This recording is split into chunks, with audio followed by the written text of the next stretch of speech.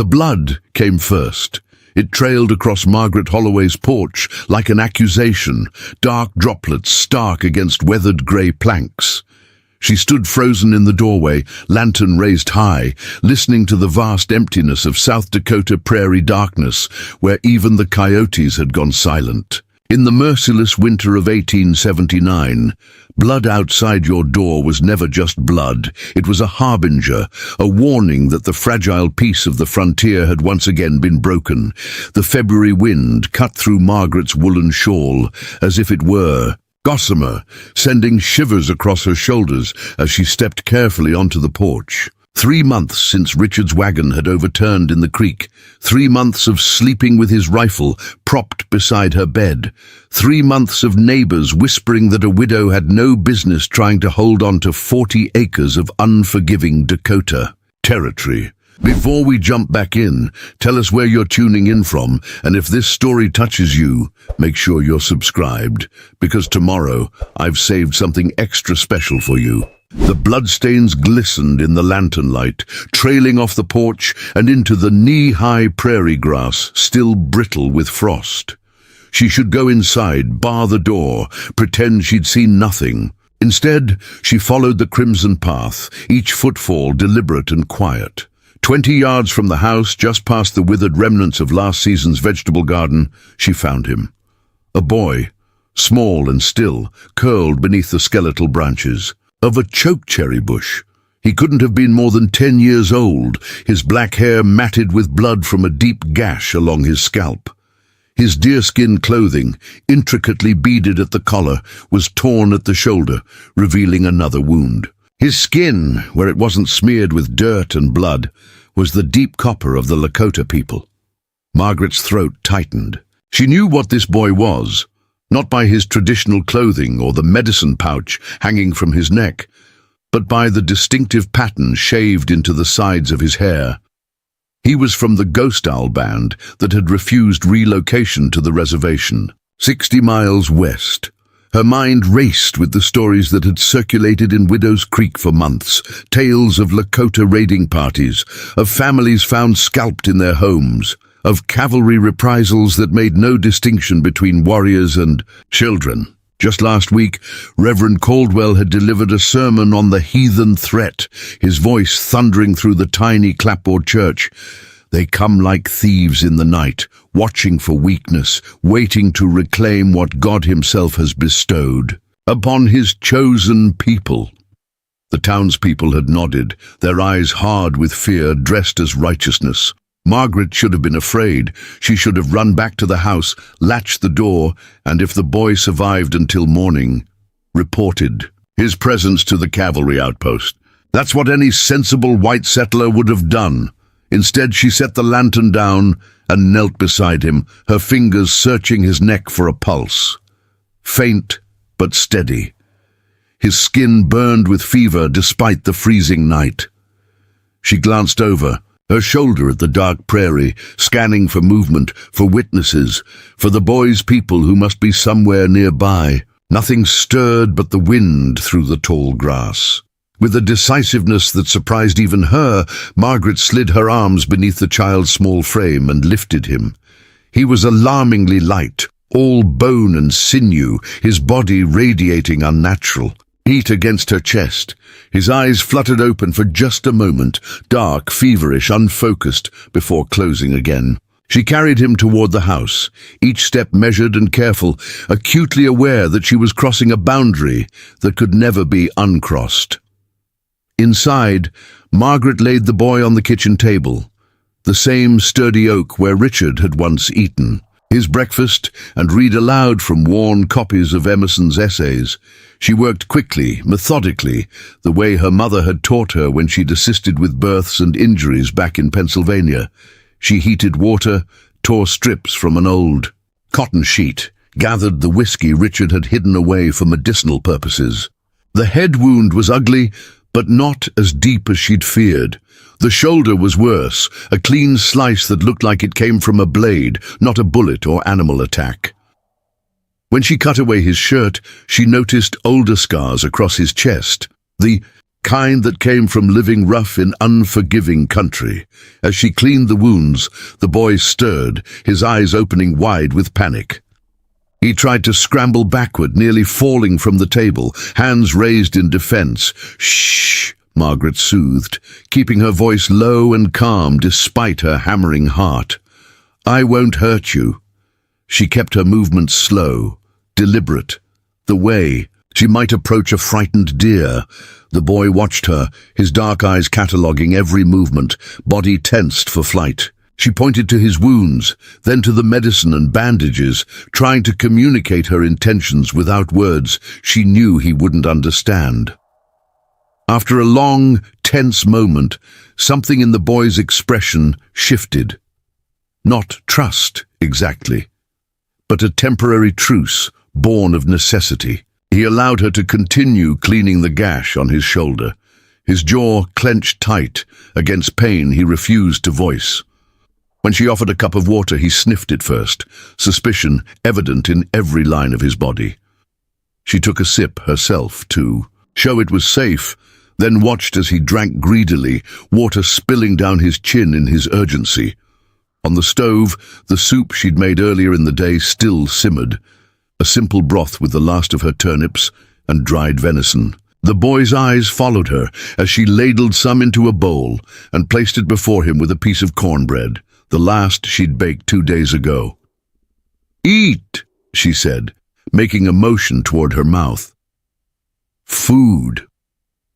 He hesitated only briefly before seizing. The bread, tearing into it with the ferocity of someone who hadn't eaten in days. Margaret watched, heart breaking at the desperate hunger evident in every bite.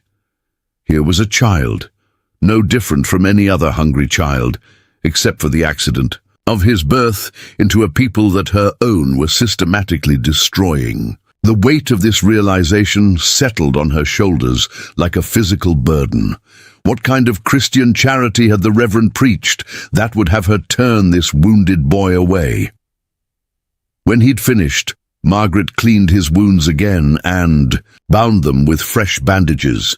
The boy's eyes were growing heavy, the combination of food, warmth, and blood loss pulling him towards sleep. She considered where to put him. The bedroom seemed too confining, too frightening for a child used to open spaces. In the end, she made a pallet of blankets near the hearth, where the dying fire still cast a warm glow across the floorboards. As she helped him to the makeshift bed, she was struck by how small he looked in the pool of firelight, how vulnerable, despite his fierce facade. "You're safe here," she said softly, knowing he couldn't understand her words, but hoping he might sense her intention. "Just for tonight," she gestured toward the window, then to the rising sun she knew would come in a few hours. "Then we'll figure out how to get you back to your people." The boy didn't respond, but as she moved to step away, his hand shot out, catching her wrist with surprising strength. For a moment, fear flashed through her. Had she misjudged? Then she realized he was pressing something into her palm. A small wooden token, circular, carved with intricate symbols she didn't recognize.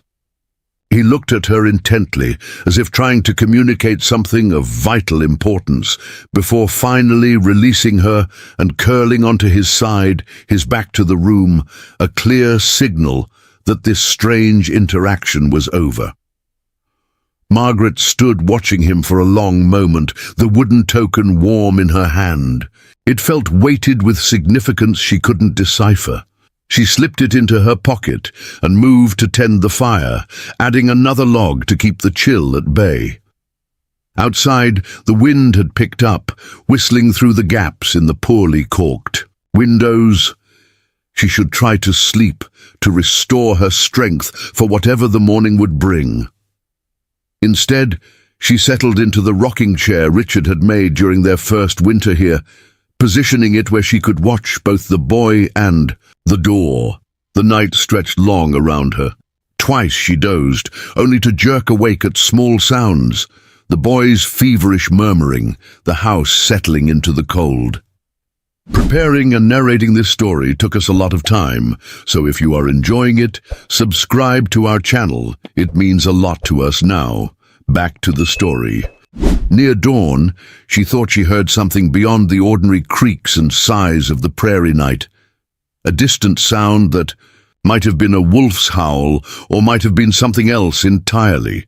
She tried to dismiss the prickling sensation at the back of her neck as mere nerves, the natural anxiety of a woman alone with a stranger from a people she'd been taught to fear. But deep down, Margaret knew it was more than that. The boy's presence in her home had set something in motion, created ripples that were even now spreading outward in ways she couldn't predict. As the first pale light of dawn crept beneath the door, Margaret rose stiffly from the chair and moved to check on her patient.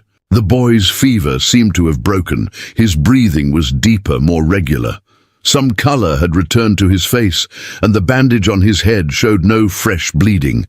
Relief flooded through her, quickly followed by a new anxiety.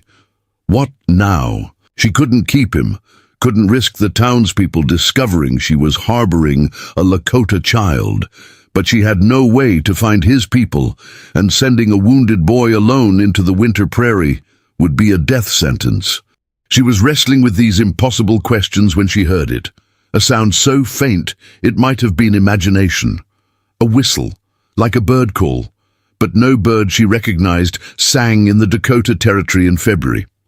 Margaret moved swiftly to the window, pulling back the edge of the threadbare curtain just enough to peer outside into the grey pre-dawn light. At first, she saw nothing unusual, just her small porch, the frost-covered yard, the endless expanse of prairie grass. Beyond, then a movement caught her eye, a shadow shifting against the backdrop of the old cottonwood that stood at the corner of her property. Not a shadow, a person. Heart hammering against her ribs, Margaret widened her view, scanning the perimeter of her homestead. There, by the remains of the summer garden, and there, near the woodpile, and beyond, at the edge, where prairie met sky. Figures standing motionless in the half-light, so still they might have been mistaken for fence posts or stunted trees by less observant eyes. Men and women wrapped in buffalo robes and wool blankets traded from white merchants, their faces painted with ochre stripes, feathers tied into their hair. Some held rifles, old models but serviceable. Others carried traditional bows and lances, not hiding, not advancing, watching ghost owl Lakota. At least 20 of them surrounding her small homestead. Margaret stumbled back from the window, breath caught in her lungs. She should be terrified, and part of her was, but another stranger emotion rose alongside the fear. A kind of resigned clarity. This moment had been set in motion the instant she'd decided to help the boy, perhaps even before, when the first white settlers had claimed this land without understanding it had never been unclaimed. Behind her, a soft rustling indicated the boy was awake. She turned to find him sitting up, alert despite his injuries, watching her with those dark, assessing eyes. He glanced toward the window, then back to her face, and she knew he was aware his people had come. Had he expected this? Had the wooden token been some kind of signal or message? The boy rose to his feet, swaying slightly, but refusing her help when she moved toward him. He crossed to the door with careful, measured steps and laid his hand against the rough wood, as if testing its solidity. Then he turned back to Margaret, his expression solemn beyond his years. "Wapila," he said, the unfamiliar word hanging in the air between them. Margaret didn't speak his language, but somehow she understood. Gratitude, acknowledgement, a bridge, built from the most basic human recognition. I see you, and you have seen me. With slow, deliberate movements, he unhooked the medicine pouch from around his neck and held it out to her. Margaret hesitated only a moment before accepting it, feeling the weight of dried herbs and small objects within the soft leather. The boy nodded once, satisfied, then reached for the door latch. "Wait," Margaret said, her voice barely above a whisper. "You're still hurt." You should... But what should he do? Stay with her, a white widow on contested land? Return to the reservation where hunger and disease were systematically destroying his people? Continue the nomadic existence that grew more impossible each year as buffalo disappeared and cavalry patrols tightened their net? There were no good options, no path forward that didn't lead through more suffering. The boy seemed to read some of these thoughts in her face. He touched his bandaged head, then pressed his hand to his heart, and finally pointed to her. The meaning was clear enough. You healed my wounds. You showed kindness. I will remember. Then he pulled open the door and stepped out onto the porch, his small figure silhouetted against the lightening sky. Margaret moved to the doorway, watching as he walked steadily despite his injuries, back straight, head high, toward the waiting Lakota. A tall man stepped forward to meet him, gathering the boy against his side with a gentleness that belied his warrior's bearing. The man looked up, his gaze locking with Margaret's across the distance, and in that moment of connection, she felt both seen and judged, not just herself, but all she represented. The man raised his hand, palm outward. Not a threat, but a signal. The Lakota began to withdraw, melting back into the prairie grass and early morning shadows with the same silence with which they had appeared. Within minutes, no trace remained of their presence except for trampled frost where they had stood, their vigil. Margaret sank down onto the porch steps, legs suddenly too weak to support her. The medicine pouch rested in her palm, its weight insignificant yet somehow monumental. She knew she should be relieved. They had come for the boy. Not for vengeance, they had left her unharmed. Yet as she watched the sun crest the horizon, painting the endless prairie gold, a profound uneasiness settled over her. The Lakota had not just come and gone. They had witnessed her, assessed her, marked her homestead in some way she couldn't fully comprehend. She had crossed a boundary, offered mercy where others might have shown fear or hatred, and in doing so, she had unwittingly inserted herself into a conflict far larger and more complex than a single injured child. The Ghost Owl Band now knew her face, her home, her character. For better or worse, Margaret Holloway was no longer just another white settler on contested land. She had become something else, a point of connection, perhaps even responsibility, in a world determined to draw its lines in blood. As she clutched the medicine pouch, watching the winter sun climb higher in the vast Dakota sky, Margaret whispered, "What have I done?" The prairie offered no answer, but somewhere in the distance, a lone eagle cried out, its voice carrying across the emptiness like a promise or a warning. The day after the Lakota disappeared with the boy, Margaret found the first offering. A small bundle of herbs tied with sinew, nestled in a circle of smooth river stones on her porch steps. She almost missed it, her mind clouded with lack of sleep and the strange unreality of the previous night's events. The herbs were unfamiliar. To her, woody stems topped with clusters of tiny yellow flowers, their scent sharp and medicinal when she crushed a leaf between her fingers. Not threatening, but deliberate, a message she couldn't fully decipher. Margaret carried the bundle inside, placing it on the mantel beside Richard's dusty copy of the Bible.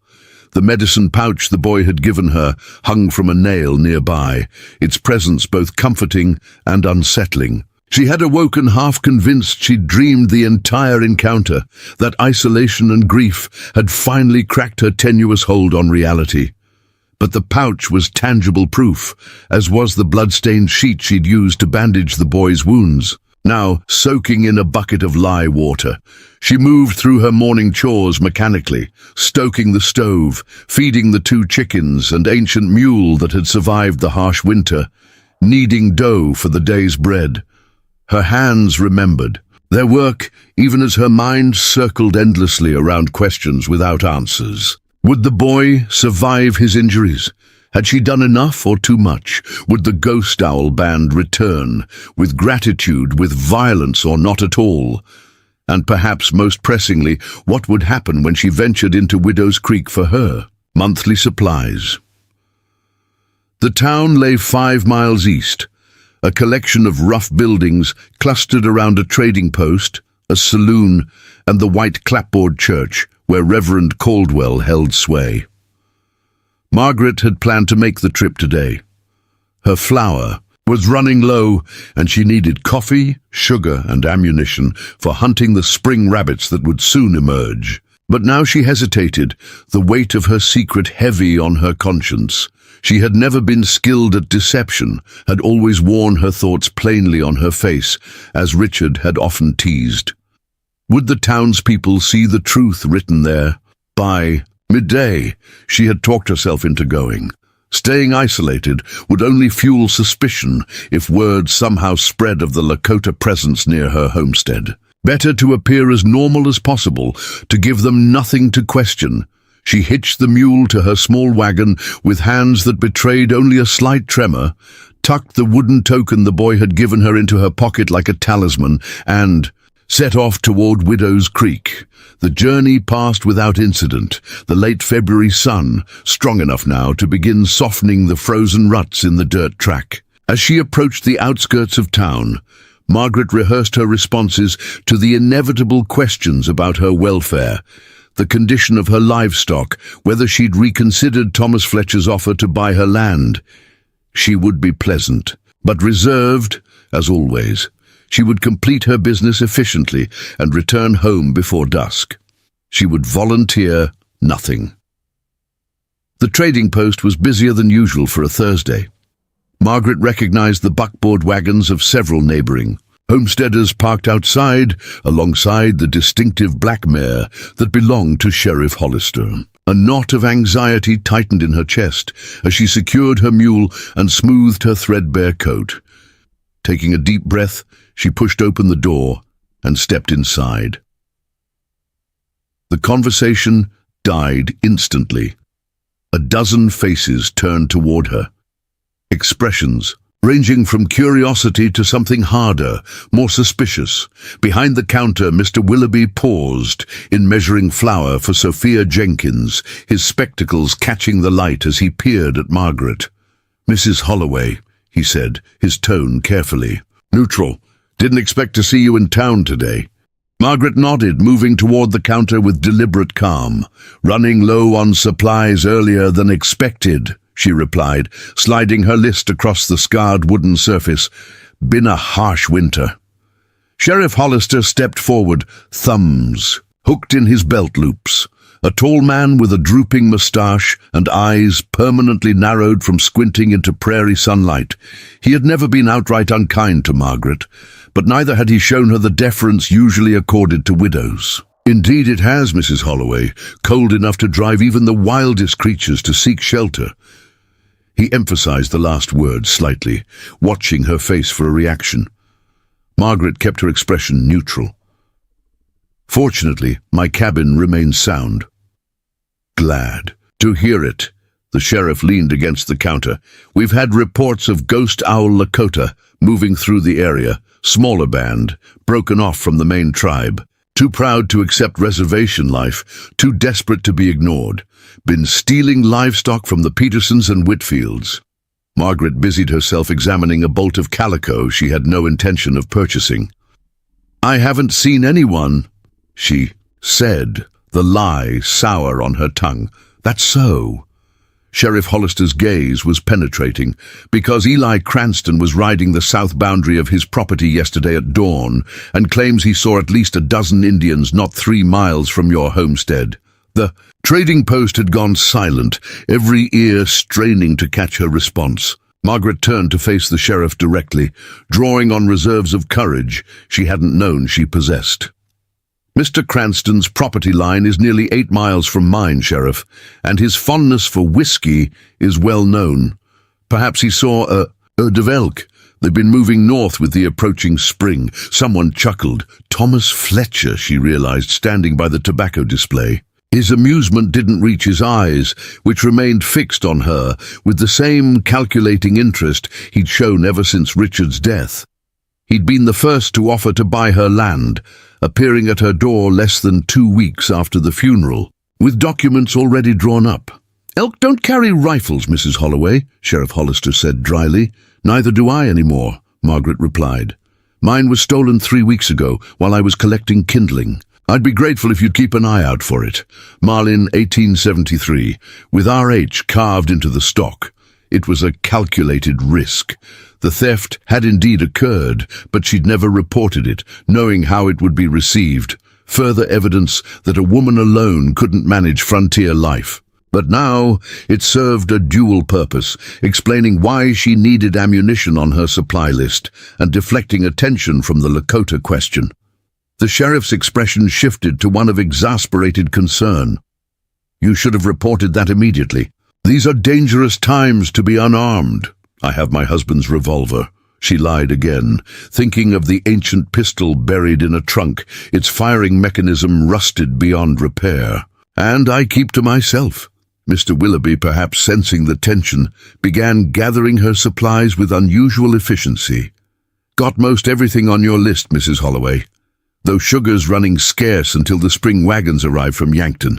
The conversation gradually resumed around her as Margaret completed her transaction, but she could feel eyes following her movements, assessing, speculating. When she finally loaded her supplies into her wagon and turned the mule toward home, her shoulders ached from the effort of appearing unconcerned under such scrutiny.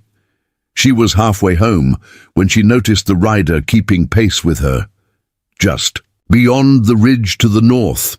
Not close enough to make out clearly, but the silhouette was unmistakably that of a mounted man following her progress. Fear clenched in her stomach, followed by a strange, calm resignation. If someone from town meant to confront her about the Lakota, better it happen out here than at her homestead, where evidence of the boy's presence might still linger.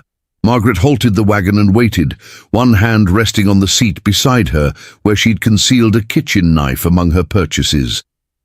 But as the rider crested the ridge and approached, she realized it wasn't a townsman at all. The horse was small and sturdy, an Appaloosa with distinctive spotted hindquarters. Its rider wore a mixture of traditional Lakota clothing and cast-off white man's garments, wool trousers beneath a buckskin shirt, his long hair braided with strips of red cloth. He stopped 30 yards from her wagon, making no aggressive moves, simply watching her with the same unnerving stillness she'd observed in the boy. Margaret's heart raced, but she forced herself to remain equally still, her hands visible, her face composed. A challenge, she sensed, though she didn't understand its nature or parameters. After what seemed an eternity, the rider raised his hand in greeting or acknowledgement, then wheeled his horse and disappeared back over the ridge, leaving Margaret alone on the wind-swept track with her thundering pulse and the certainty that she had just passed some crucial test. By the time she reached her homestead, the sun was lowering toward the western horizon, casting long shadows across the weathered boards of her cabin. Margaret unhitched the mule with practiced movements, unloaded her supplies, and stepped onto her porch, bone-weary from tension as much as physical exertion. It was then that she noticed the second offering, a perfect circle of white stones placed in the center of her porch, each one smooth as if polished by years in a riverbed. At the circle's center lay a single eagle feather, its shaft wrapped in colorful beading.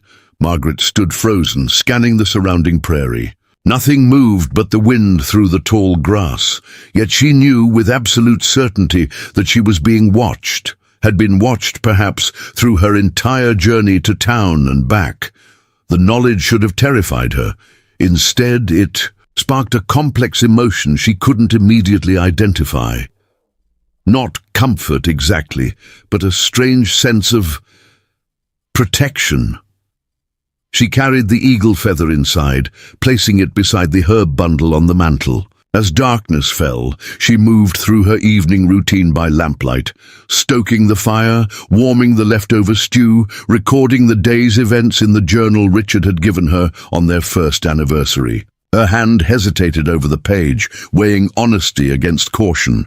If something happened to her, this journal might be the only record of truth. Finally, she wrote, February 28th, 1879. Strange encounters today. Town suspicious. Sheriff mentioned Lakota sightings. I denied all knowledge. May God forgive the lie. On return journey observed by rider, Lakota, not town folk, left another token at the cabin. I should feel afraid, but do not. The boys' people are watching. I sense they mean me no harm, yet their attention carries weight. What do they want from me? What obligation have I incurred by one simple act of mercy? She closed the journal and secured it in its hiding place beneath a loose floorboard under her bed. Outside, an owl called, 3 distinct hoots followed by silence. Ghost owl. The band's namesake. Coincidence, perhaps, or another message she lacked the knowledge to interpret. That night Margaret dreamed of the boy. In the dream, he stood whole and uninjured at the edge of her garden, a crow perched on his shoulder. He pointed toward the horizon where dark clouds gathered, his expression solemn but not frightened. When she moved to approach him, the ground between them split open, a chasm widening until she could no longer see him on the other side. She woke with tears on her cheeks and the unshakable conviction that something momentous was approaching, not just for her, but for all who called this contested land home. The next morning dawned clear and unusually warm for late February, a false spring that would likely retreat before winter's final assault. Margaret took advantage of the mild weather to check her garden plot, turning the soil where soon she would plant potatoes and carrots, the hardier vegetables that could withstand the Dakota Territory's unpredictable climate. As she worked, that prickling sensation of being watched returned, stronger than before. This time, she didn't pretend ignorance. Standing upright, she shaded her eyes against the sun and deliberately scanned the perimeter of her property. The cottonwood at the northwest corner, the rocky outcropping to the east, the slight rise to the south where twisted juniper clung to thin soil. "I know you're there," she said aloud, her voice steady despite her racing heart. "If you mean to speak with me, do so directly." For a long moment nothing happened. Then, like a mirage solidifying, a figure emerged from behind the ancient cottonwood, a woman, tall and straight-backed despite her advanced years, with a face deeply lined by sun and experience. She wore a dress of brain-tanned deerskin over wool leggings, and her silver-streaked hair was arranged in 2 long braids, wrapped with strips of fur. Most strikingly, she carried herself with unmistakable authority. This was no ordinary member of the band. The woman approached without hesitation, stopping at a distance close enough for conversation, but far enough to maintain caution. She studied Margaret with dark eyes that seemed to absorb every detail.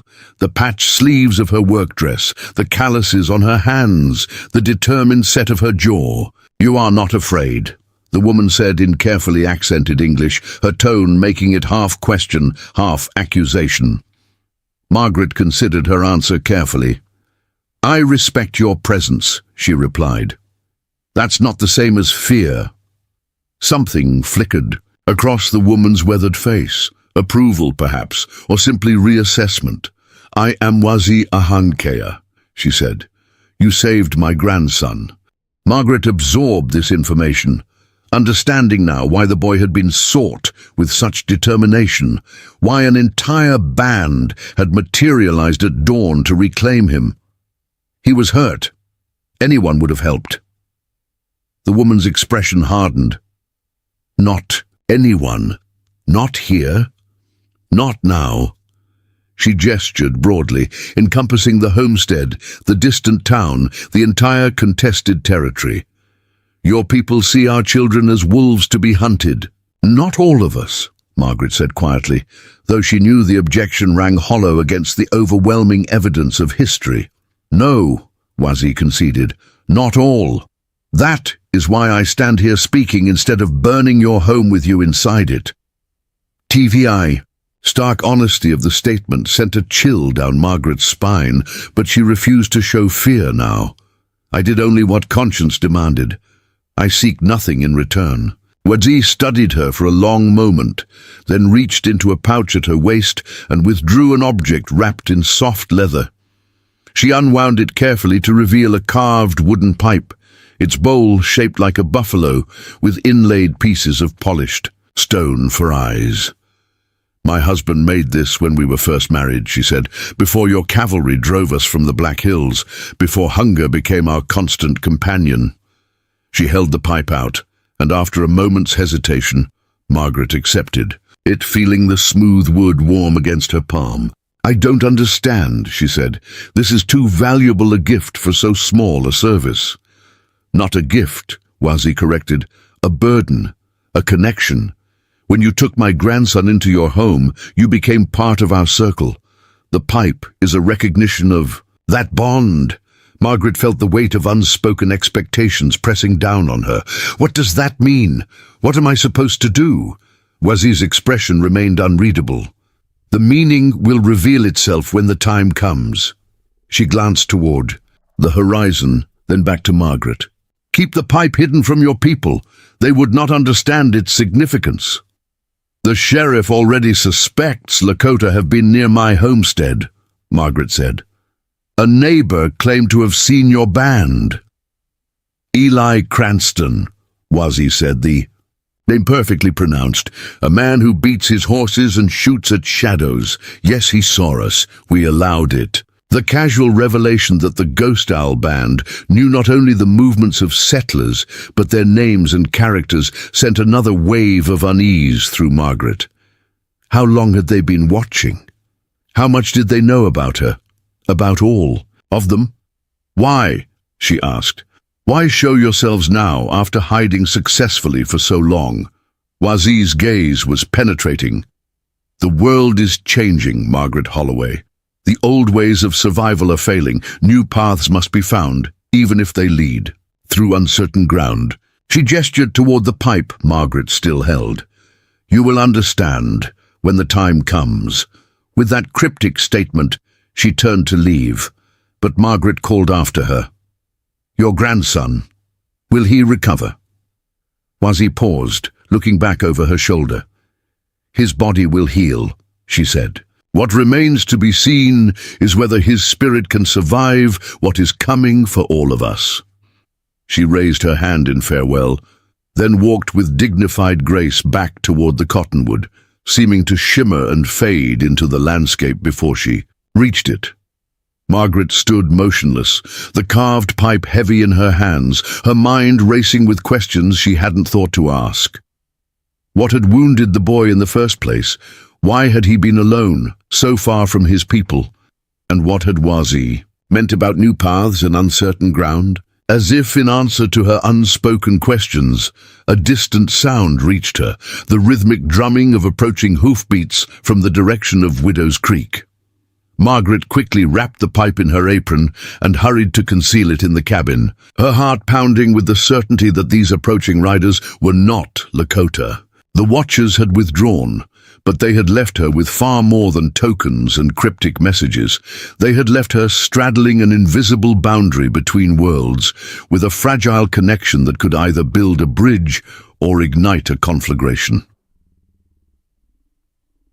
By the time she re-emerged onto her porch, the riders were visible on the eastern horizon, 3 men on horseback, moving with the purposeful speed of those with official business.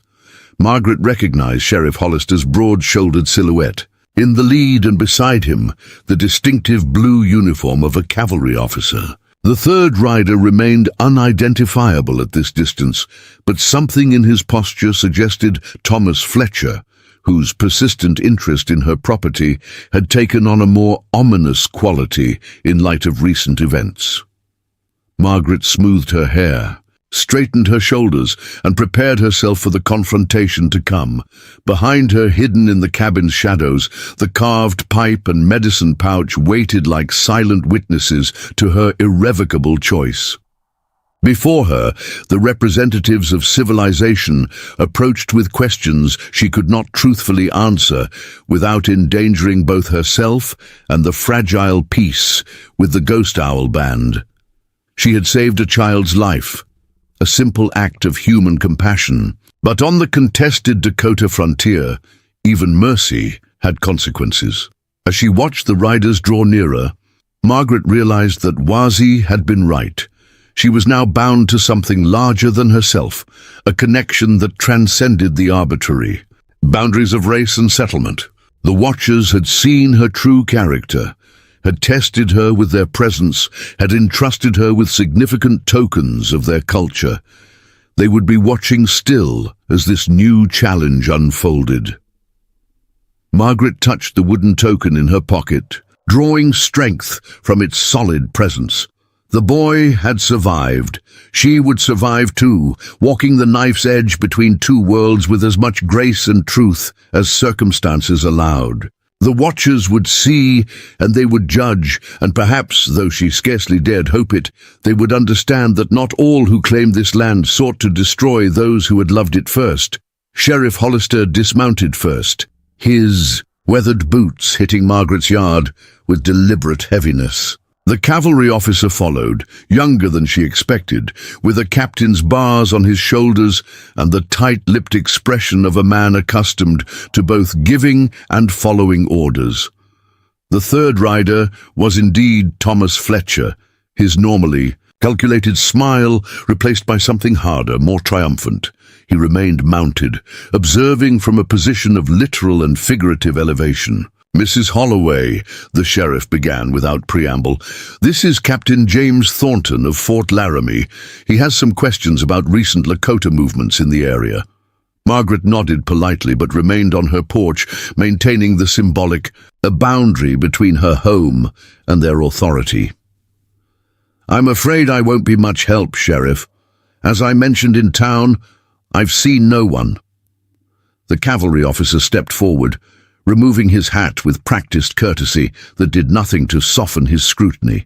"Ma'am, we have reliable intelligence that a small band of Ghost Owl Lakota has been operating in this region, refusing relocation orders. They've been tracked to within 2 miles of your property." "I'm sorry to hear that," Margaret replied evenly.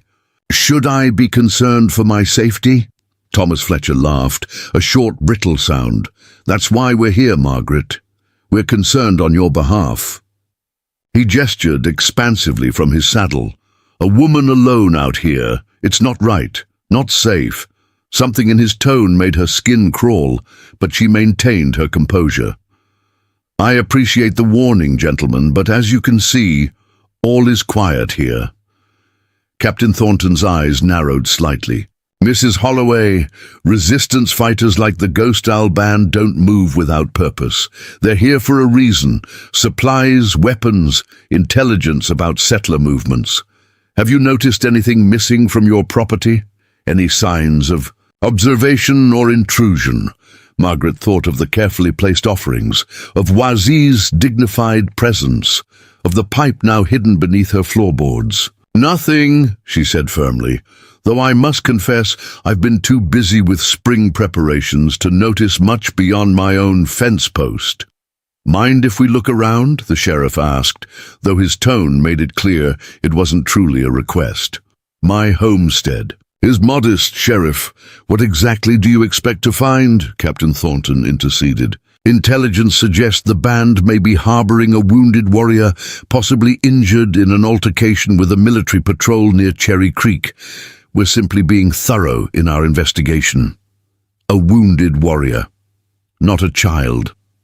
Margaret felt cold, certainty settle in her stomach. They didn't know about the boy. They were following a different trail, one that had somehow intersected with her act of mercy. The realization gave her courage. "You're welcome to inspect the outbuildings," she said with deliberate calm. though I'd appreciate you avoiding my newly turned garden. The soil structure is delicate this time of year." The men exchanged glances, surprise at her cooperation mixing with lingering suspicion. For the next 20 minutes, Margaret watched from her porch as they methodically searched her small barn, root cellar, and the dilapidated chicken coop Richard had never finished properly reinforcing. They found nothing beyond the ordinary poverty of a widow's homestead, a fact that seemed to irritate Thomas Fletcher far more than it disappointed the lawmen. "Satisfied?" Margaret asked when they reconvened in her yard. Sheriff Hollister nodded reluctantly. "Seems so, Mrs. Holloway, though I'd still advise caution. These ghost owls are unpredictable. Their leader, Chief Gray Fox, has sworn never to accept reservation life, and desperation makes for dangerous neighbors." "I'll keep my doors locked," she assured them, though the name Gray Fox resonated strangely in her mind. Was he Wazir's husband? The boy's grandfather? Or father?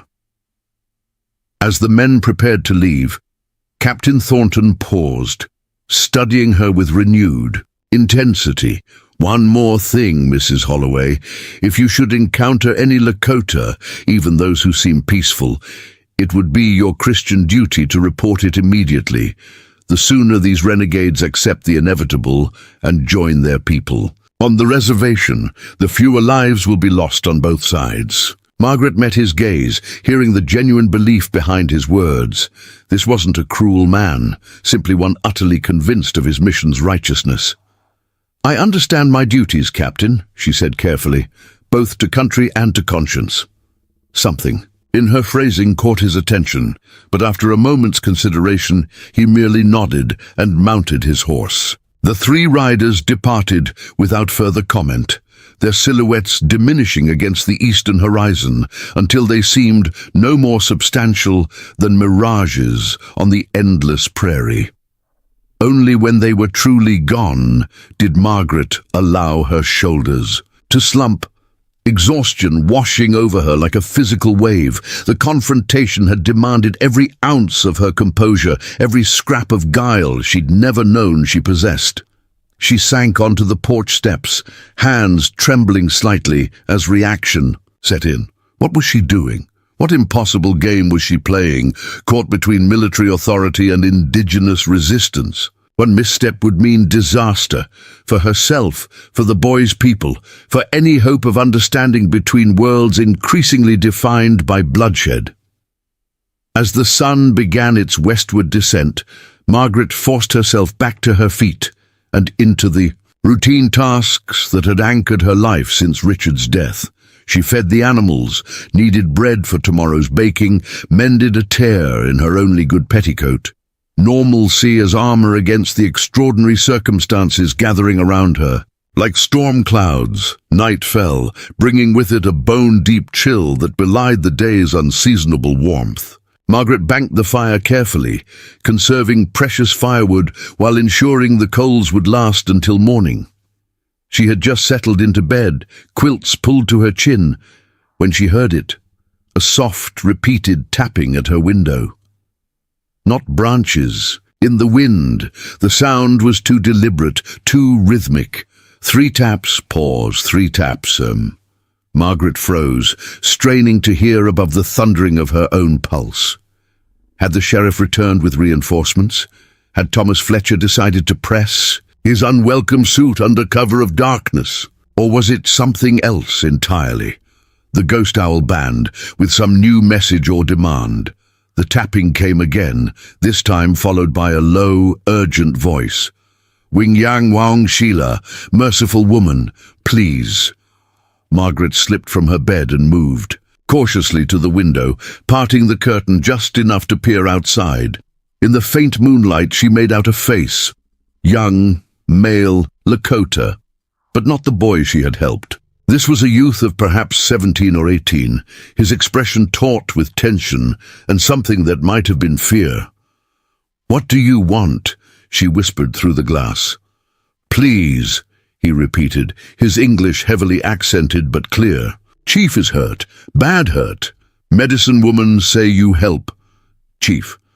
The word sent a cold ripple down Margaret's spine. Chief Grey Fox, the same man Captain Thornton had named as the ghost owl leader who refused reservation life. The young man's eyes darted nervously toward the horizon. "Soldiers come soon. Track us, please. You have good heart. Wazee say so." Margaret closed her eyes briefly, weighing impossible choices. Helping a wounded child was one thing, an act of simple humanity that even the most prejudiced townsperson might grudgingly understand, if not condone. But harboring the leader of a band officially classified as hostile combatants, that was treason by any definition. If discovered, she wouldn't face mere social ostracism, but hanging.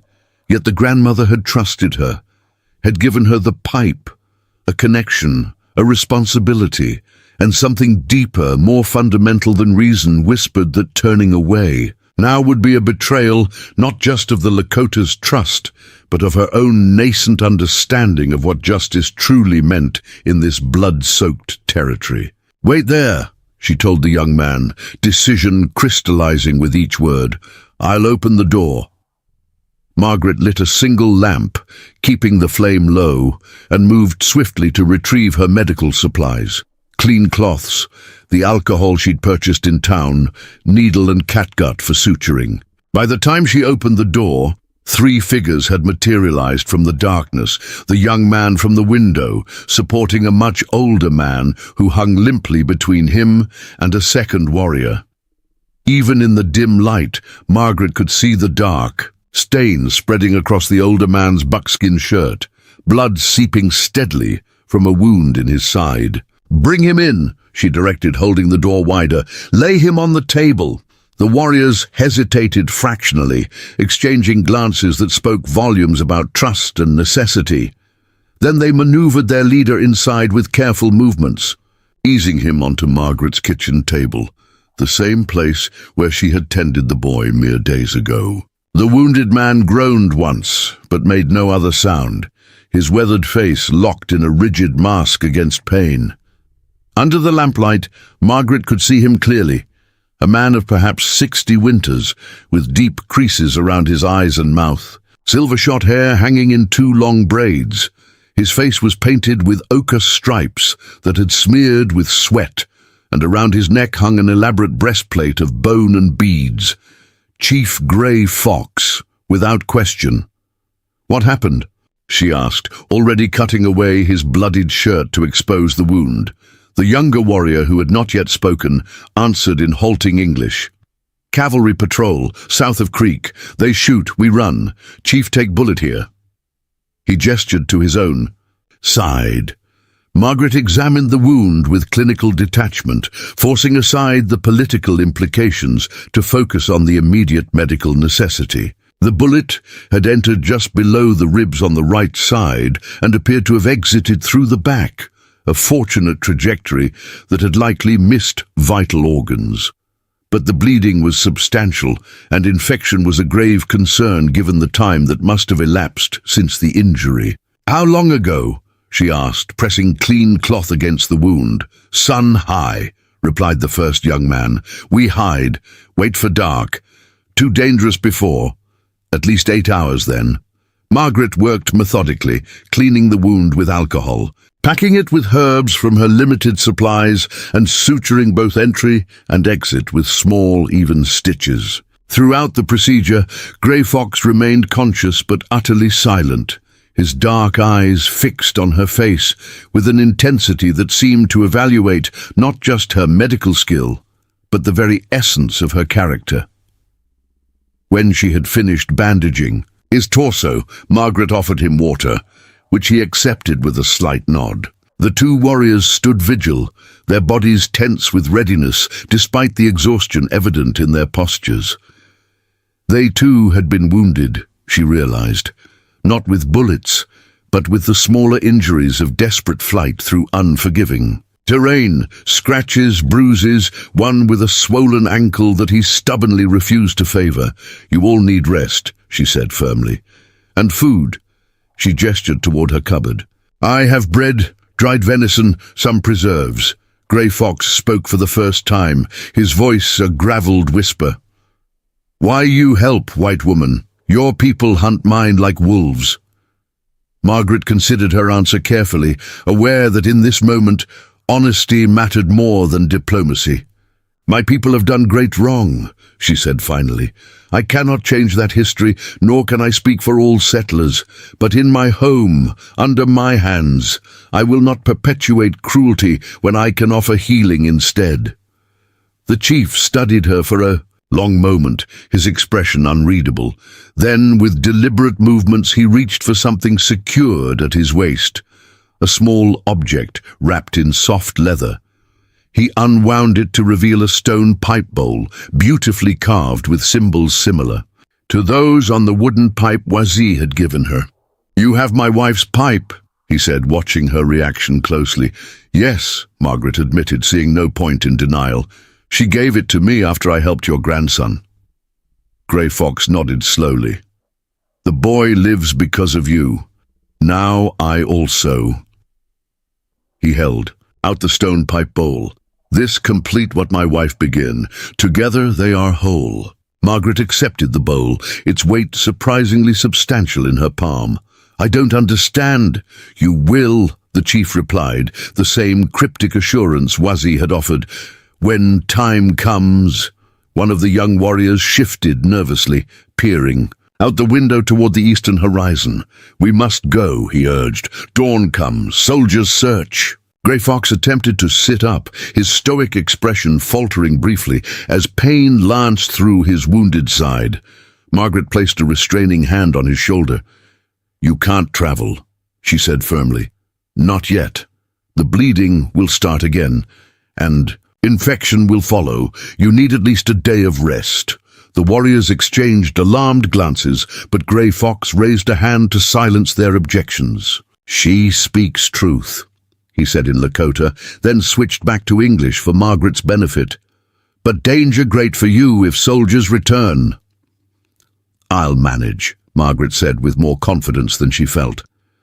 "The doctor in Widow's Creek has been pressing me to assist with his practice.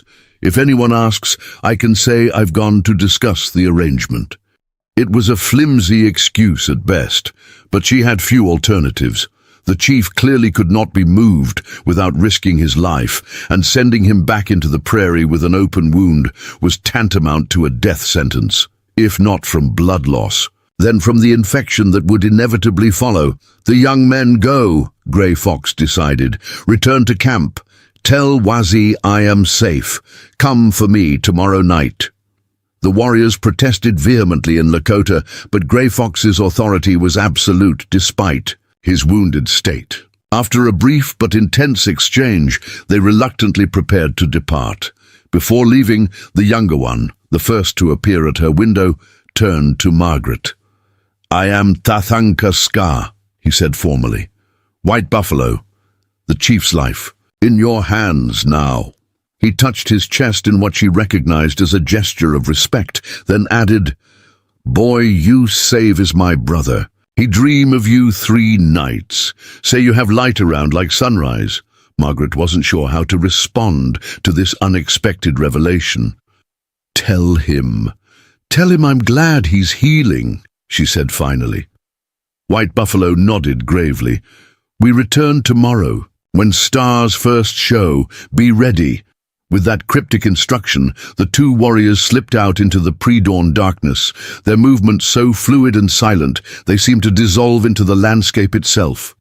Left alone with the wounded chief, Margaret suddenly felt the full weight of her decision. She had crossed beyond curiosity or even compassion into active collaboration with those her government classified as enemies. There could be no retreat from this choice, no plausible denial if discovered. She had committed herself to a path with consequences she could scarcely imagine. Grey Fox watched her internal struggle with ancient eyes that had witnessed the systematic destruction of his world. "You afraid now?" he observed. "Good. Fear makes vision clear." "What happens if you're found here?" she asked bluntly. "I die fighting," he replied with simple finality. "You hang for treason." He shifted slightly, wincing. But cavalry not come. Today, they search creek where blood trail end. Margaret wasn't entirely reassured, but she recognized the futility of worrying about what couldn't be changed. She helped the chief into a more comfortable position on her bed, ignoring his initial protests, and prepared a pallet for herself beside the hearth. As dawn light began filtering through her windows, she drew the curtains tight and placed her largest cooking pot conspicuously beside the door, creating the impression she had left to gather wild greens in the early morning, a common enough activity to avoid immediate suspicion if anyone came calling. Throughout the day, Margaret divided her attention between necessary chores and tending her unexpected patient. Grey Fox slept fitfully, his face occasionally contorting with pain, though he remained stoically silent. During his waking periods, he watched her with the same intensity he had shown during treatment, as if committing every detail of her appearance and movements to memory. By mid-afternoon, his fever had risen alarmingly. Margaret bathed his face with cool water and prepared a willow bark tea for him to drink, cursing her limited medical knowledge. The chief accepted her ministrations with dignity, but she could see the fever's grip tightening in his increasingly glassy eyes and labored breathing. "Tell me about your grandson," she said, hoping conversation might distract him from his suffering. "How was he injured?" Grey Fox was silent so long she thought he might not answer. Finally he spoke, his voice roughened by fever. "Boy hunt alone. Prove courage. White trappers find him. They—" He paused, searching for words in English, then continued with obvious effort. "They hurt him for sport. Leave him die." Horror and shame washed through Margaret in equal measure. "I'm so sorry," she whispered, the words hopelessly inadequate. "Not your doing," Grey Fox replied. "But truth you should know, this territory stained with blood, no treaty ever washed clean." He closed his eyes briefly, gathering strength. "My people die slow now. Reservation is prison where spirits starve even. When body fed, ghost owl band last who remember old ways, true ways. When we gone, something precious leave world forever." The simple eloquence of his statement struck Margaret with unexpected force. She had been raised on tales of savage Indians and the manifest destiny of white settlement, yet here was wisdom and perspective that transcended the crude caricatures of her upbringing. In this man, labeled renegade, outlaw, hostile, she recognized a profound dignity and a desperate struggle to preserve not just lives, but an entire way of understanding the world. "Why did your wife give me her pipe?" Margaret asked, the question that had troubled her since Wazi's visit. Grey Fox's fever-bright eyes found hers. "Pipe is connection between worlds, between what is and what could be." He touched his side where the bullet had torn through flesh. "Old path ending, blood and war lead nowhere but grave for all, new path needed." His gaze intensified. "Wazi have vision. See you at center where paths cross. Not accident, boy, find your door." Margaret absorbed this with growing unease. "I'm just one woman. I have no influence, no power to change how the government treats your people." "Not government," Grey Fox corrected with unexpected vehemence. "People. One heart change, then another, then another. Like stones in stream, alone do nothing, together change river's course." He grasped her wrist with surprising strength. "When time comes, you understand. You choose." Before Margaret could press for clarification, a sound from outside froze. Her in place, hoofbeats approaching from the east, moving at a deliberate pace that suggested purpose rather than casual passage. Grey Fox had heard it too, his body instantly alert despite his weakened state. "Soldiers," he whispered. "I don't know," Margaret replied truthfully, moving swiftly to peer through a gap in the curtains. What she saw sent ice through her veins. Thomas Fletcher, alone but armed, riding directly toward her cabin with the purposeful confidence of a man who knew exactly what he sought. Margaret turned back to Grey Fox, her mind racing. "It's a neighbor," she explained hurriedly. "Thomas Fletcher. He's been trying to buy my land since my husband died." She hesitated, then added, "He was with the sheriff yesterday. I don't trust him." Grey Fox's expression hardened. "I know this man, bad spirit, kill for pleasure, not need." With effort he pushed himself upright. "I hide." "No," Margaret said firmly, making an instant decision. "You're too weak. Lie back and be silent." She moved quickly around the cabin, gathering her medical supplies and arranging them conspicuously on the table.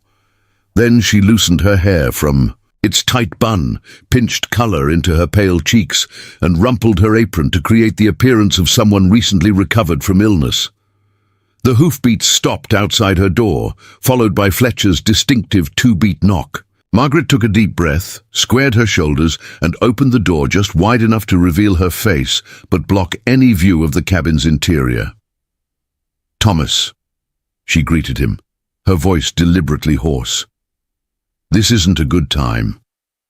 Fletcher's eyebrows rose in what might have been concern if his eyes hadn't remained cold and calculating. "Margaret, you look unwell. The sheriff mentioned you seemed distracted yesterday. Are you ill?" "Just a fever," she replied. "Nothing serious, but I'd rather not risk spreading it." "Was there something urgent you needed?" Fletcher leaned slightly, trying to see past her into the cabin. "Actually, there is. Captain Thornton received intelligence that Chief Grey Fox was wounded in yesterday's skirmish. They tracked blood trails to Lost Creek, but the signs vanished there." His smile didn't reach his eyes. "I volunteered to check on our more isolated neighbors, make sure everyone's safe." Margaret coughed weakly for effect. "Very considerate, but as you can see, I'm in no condition for company. I haven't left the cabin since yesterday evening when the chills started." "Mind if I water my horse at your well?" Fletcher asked, clearly angling for access to the property. "It's been a long ride from town." "Of course," Margaret conceded, knowing refusal would only heighten suspicion. "Help yourself. If you'll excuse me, I should get back to my bed." As she began to close the door, Fletcher's hand shot out, gripping the frame with unexpected force. "One more thing, Margaret. If you happen to see any sign of Lakota, any sign at all, you'll send word immediately, won't you? There's a substantial reward for information leading to Grey Fox's capture." His eyes bored into hers. "Enough to secure a widow's future. Perhaps even enough to make a new start somewhere more civilized." Margaret met his gaze steadily, suppressing the revulsion his touch inspired. "I'm aware of my civic duties, Mr. Fletcher. Now, if you'll excuse me, my head is pounding quite terribly." She closed the door firmly, listening as Fletcher's boots crunched across her yard toward the well. Only when she heard him remount and ride away did she allow herself to exhale fully, her limbs suddenly weak with released tension. Behind her, Grey Fox watched with new respect in his fever-bright eyes. "You lie well for honest woman," he observed quietly. Margaret turned to face him, the full implications of her actions crystallizing in that moment. "It seems I'm finding new skills," she replied, a tremor in her voice betraying the cost of those discoveries. "Necessity is a thorough teacher." As the sun began its descent toward the western horizon, Margaret tended Grey Fox's wounds again, relieved to find no sign of putrefaction despite the persistent fever. Outside, prairie shadows lengthened as afternoon yielded to evening, and somewhere beyond her homestead's boundaries, two worlds continued their collision course, one expanding relentlessly westward, the other fighting for its very survival. And here, in her small cabin built of rough-hewn logs and hard-won independence, Margaret Holloway found herself at the unlikely crossroads where those worlds met, not in battle, but in the simple revolutionary act of seeing humanity beyond difference. Night would soon fall, bringing the promised return of White Buffalo and his companion. Decisions would need to be made, risks calculated, new paths chosen. But for now, Margaret simply sat beside the wounded chief, offering water and willow bark tea, listening to stories of a way of life balanced on extinction's edge, and wondering what choice would be demanded of her when the time came, and whether she would have the courage to make it. Stars had just begun to prick the darkening canvas of the Dakota sky when Margaret heard the soft, distinctive call of a whippoorwill. 3 notes, repeated twice, coming from the direction of the old cottonwood. No whippoorwill had ever nested in this part of the territory. The signal was clear. The warriors had returned for their chief. Grey Fox had drifted into fitful sleep an hour earlier, his fever still high but no longer climbing. Margaret touched his forehead gently, feeling the unnatural heat radiating from his weathered skin. Moving him now was dangerous, but keeping him here might prove fatal for them both if Fletcher returned with reinforcements. She slipped outside, a shawl pulled tight around her shoulders against the evening chill.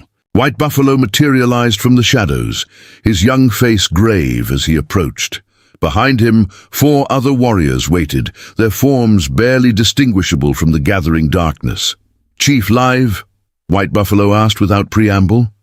"Yes, but his fever is high," Margaret replied. "Moving him could worsen his condition." The young warrior's expression hardened. "Must move. Fletcher, go to fort. Tell Captain about strange smoke from your chimney when you suppose sick in bed. They come at dawn, many soldiers." Cold dread washed through Margaret. So Fletcher had seen through her ruse after all. "How do you know?" "This? We have eyes, ears everywhere," White Buffalo answered simply. "One who cleans at fort hears plans. Captain, prepare 20 men to search area.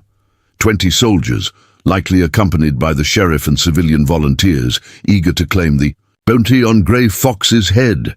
If they found him here, there would be no possibility of talking her way out of the consequences. "How far to your camp?" she asked, decision crystallizing. 3 hours walking, over hills, through ravine. White Buffalo gestured westward. "Hidden place. Safe," Margaret calculated swiftly.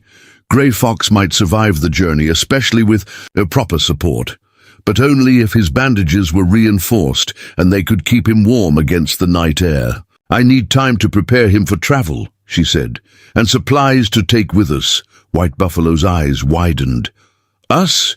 You come to camp?" "I need to monitor his wound, change his bandages." Margaret met the young warrior's surprised gaze steadily.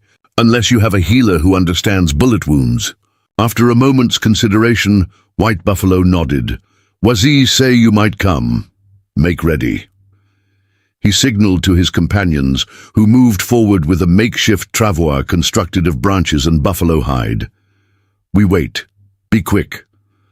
Back inside, Margaret worked efficiently, gathering medical supplies, food, and her warmest blankets. She changed Grey Fox's bandages one last time, noting with concern the angry red streaks beginning to radiate from the wound, the first signs of infection setting in despite her care. The chief awakened during her ministrations, his dark eyes focusing on her face with that same penetrating intensity. "Soldiers coming," she explained quietly. "Your men are here to take you to camp." Grey Fox nodded once, grimacing as he attempted to sit upright. "You come also?" "Yes." His expression revealed surprise, quickly masked. Dangerous choice. If caught, no return. "I'm aware," Margaret replied, helping him into a sitting position. "But your wound needs proper care, and I doubt your people have much experience with gunshots." The ghost of a smile crossed Grey Fox's pain-tightened features. "Sadly, we learn fast about white man's bullets." He grasped her wrist, his grip still remarkably strong despite his weakened condition. "You understand what this means? Leave cabin, land, everything behind?" Margaret hadn't allowed herself to fully confront that reality until this moment. Her homestead, humble as it was, represented everything she and Richard had worked for. Their dream of independence, their tiny foothold in the American frontier. To abandon it meant surrendering not just property but identity, becoming in the eyes of society exactly what Thomas Fletcher had always insinuated: a woman too weak to maintain her rightful place in the civilizing mission of westward expansion. Yet, what was the alternative? To stay meant betraying Grey Fox to certain execution and herself to probable hanging as a traitor. And beyond these practical concerns lay something deeper: a growing conviction that the civilizing mission itself rested on foundations of cruelty and dispossession she could no longer ignore or participate in. "I understand," she said finally. "Some choices, once made, can't be unmade." Grey Fox studied her face intently, then nodded, apparently satisfied with what he found there. "Then we go together to New Path." The journey to the Lakota camp was slow and arduous. 2 warriors pulled the travois carrying Grey Fox, while 2 others ranged ahead and behind as lookouts. White Buffalo stayed close to Margaret, occasionally offering a steadying hand when the uneven terrain proved challenging in the darkness. They traveled primarily through ravines and draws, avoiding open ground and established trails with meticulous care. Despite these precautions, danger found them shortly after midnight. They had just begun ascending a narrow game trail that wound up the western face of a sandstone ridge when the lead scout froze, hand raised in warning. In the silence that followed, Margaret heard what had alerted him: voices, faint but distinct, and the soft nickering of horses being held to a walk. "Cavalry patrol," White Buffalo whispered, urgency threading his tone. "Night riders. Very bad." The warriors conferred rapidly in hushed Lakota, their gestures suggesting disagreement about the best course of action. Margaret caught the word for chief repeated several times, along with what she assumed were references to the difficult terrain and Grey Fox's precarious condition. "What are they saying?" she asked White Buffalo. "2 paths," he explained tersely. "Go back down to creek, hide in thick trees, but chiefs suffer in cold water, or climb fast to ridge top, find cave beyond. Better shelter, but climb dangerous for wounded man." From the travois, Grey Fox spoke up, his voice weak but authoritative. "Ridge, no water with fever." The decision made, they moved with renewed urgency, abandoning caution for speed. The warriors now carried the travois between them, straining against the steep incline. Margaret followed, her breath coming in sharp gasps as they scrambled upward, over loose shale and exposed roots. Behind and below them, the patrol's voices grew gradually more distinct, perhaps 6 men moving methodically along the base of the ridge. They had nearly reached the crest when disaster struck. One of the warriors lost his footing on a patch of scree, sending a cascade of small stones clattering down the slope. The noise, magnified in the still night air, was unmistakable. Below, the voices instantly ceased, replaced by the metallic click of rifles being readied. "Who's up there?" a voice called out. "Show yourselves by order of the United States Army." The warriors froze, exchanging glances of mingled alarm and resignation. Grey Fox struggled to sit upright on the travois, reaching instinctively for a weapon he no longer carried. White Buffalo made a swift decision, pointing to a narrow crevice in the ridge face just ahead. "Hide chief there," he ordered the other. Warriors then turned to Margaret. "You also. We lead soldiers away." "No," Margaret protested. "They'll kill you." White Buffalo's young face was solemn in the moonlight. "Maybe, or maybe we run good, hide better." He pressed something into her hand, a small leather pouch. "If we no return by sunrise, follow ridge 3 miles north. Look for 3 tall, and pines standing alone. Camp there." Before she could object further, the warriors had transferred Grey Fox to the relative shelter of the crevice and were moving rapidly in different directions, 2 heading along the ridge crest, 2 descending. Partially down the slope they had just climbed, their strategy was immediately apparent. Create multiple targets, confuse the patrol, draw pursuit away from the chief's hiding place. "There they are!" shouted a voice from below. "Hostiles on the ridge! Fire at will!" The night erupted with gunfire. muzzle flashes illuminating the darkness in staccato bursts, bullets whining off stone. The soldiers had abandoned any pretense of stealth, their voices raised in excitement as they charged up the slope in pursuit of fleeting shadows. Margaret pressed herself against the cold stone beside Grey Fox, heart hammering so violently she feared it might betray their position. The chief's breathing was labored, his face glistening with sweat despite the chill air. The exertion and agitation had clearly worsened his condition. "We wait," he whispered, seeming to read her thoughts. "Young men fast, smart, lead soldiers far from here." The gunfire continued for several minutes, moving gradually eastward as the warriors apparently succeeded in drawing the patrol away. When relative silence finally returned, broken only by distant shouts, Margaret dared to check Grey Fox's wound. In the faint moonlight, she could see fresh blood seeping through the bandages. The jostling climb had reopened the injury. "We need to stop this bleeding," she murmured, rummaging in her bundle for fresh bandages. As she worked, a new sound reached her ears. Horses approaching from the south, moving at a measured walk. "More soldiers," she whispered. Grey Fox listened, intently, then shook his head. No, different sound, not military formation. His expression tightened with concern. Settlers, armed men on horses, maybe Fletcher. The implications struck Margaret with chilling clarity. Fletcher must have rallied townsmen for a civilian posse, working in conjunction with the military patrol. The night hunters were closing, in from multiple directions, tightening their net around the Ghost Owl band, and now around her as well. "Can you stand?" she asked Grey Fox. "We need to reach the top of this ridge." With her support and through sheer force of will, the chief managed to regain his feet. Together, they inched upward through the darkness, every step a battle against pain and gravity.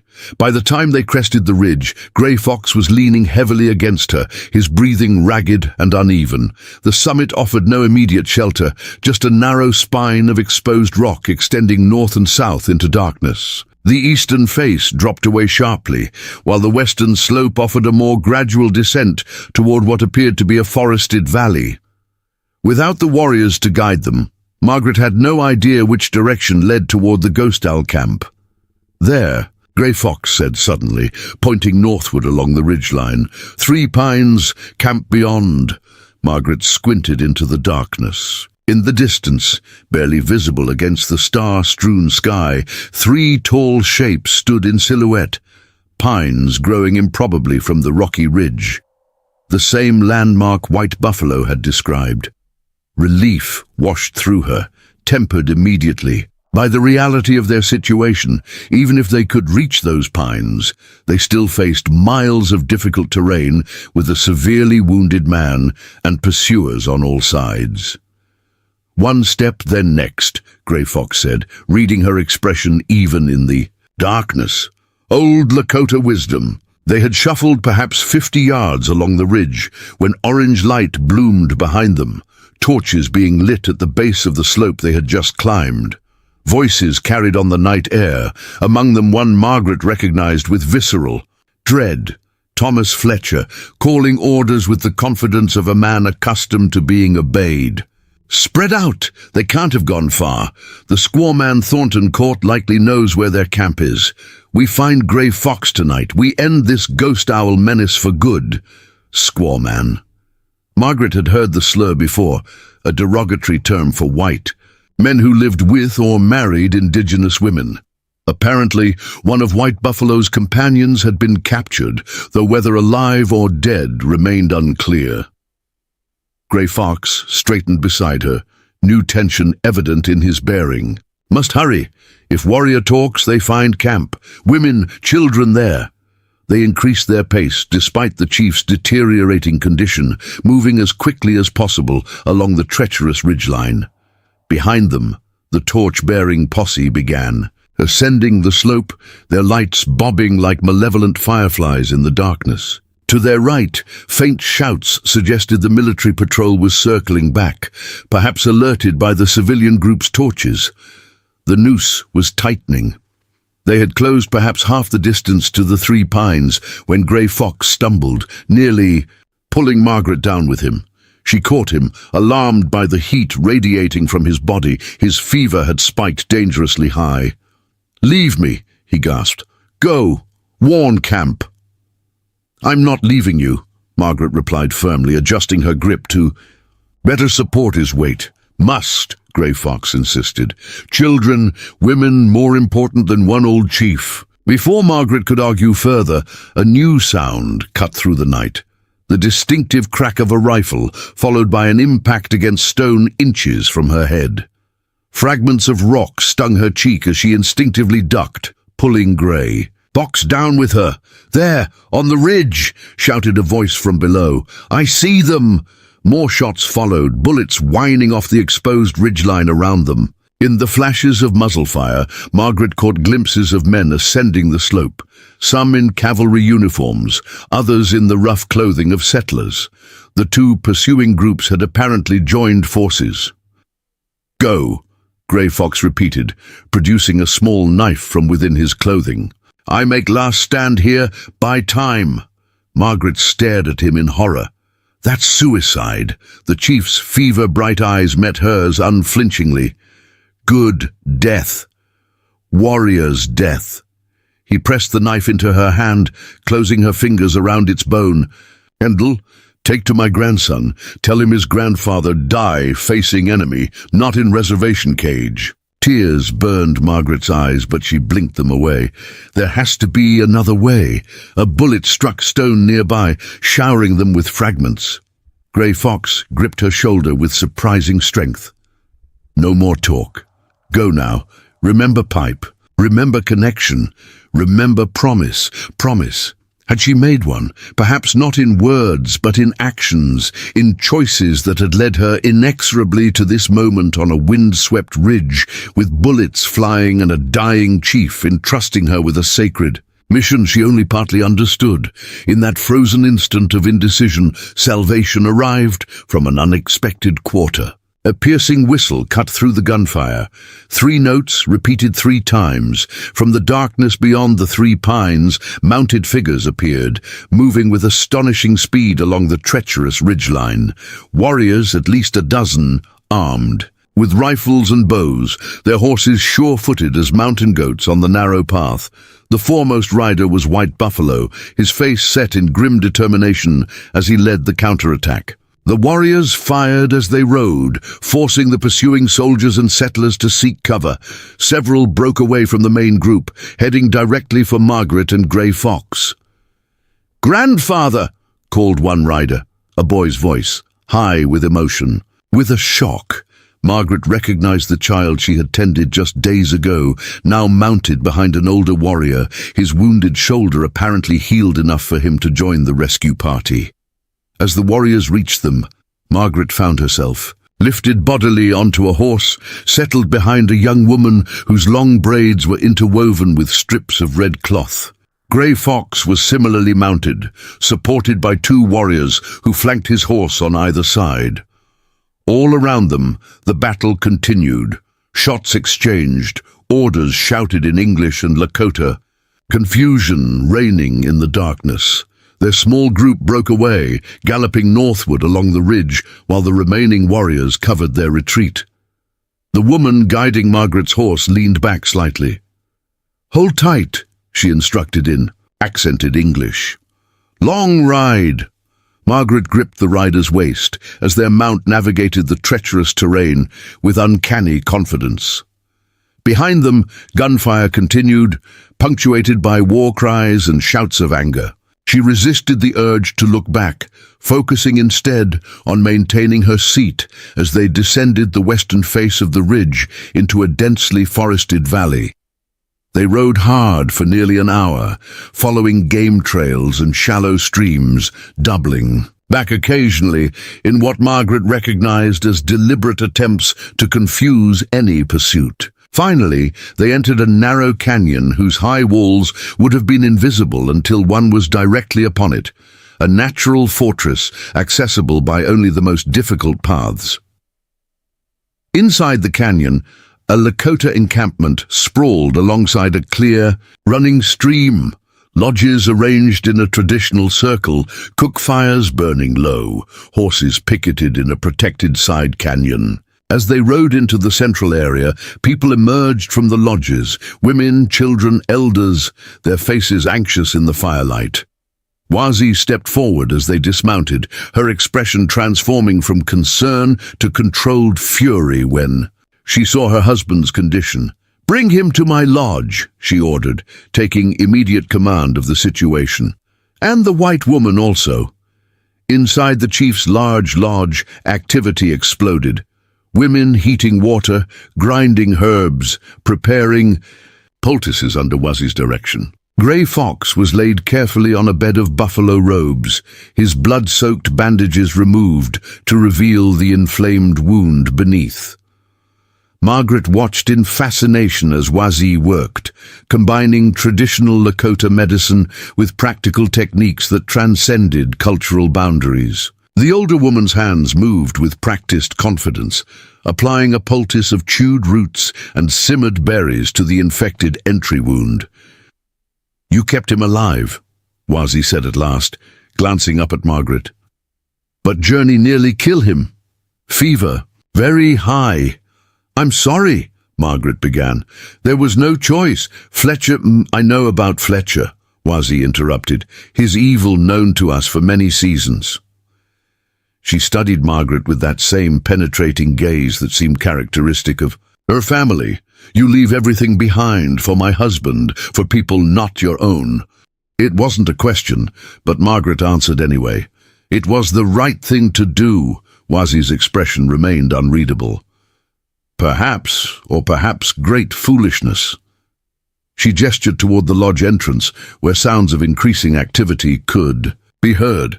"Rest now, soon we know if right thing also wise thing." Left alone with the unconscious chief, Margaret sank down onto a buffalo robe.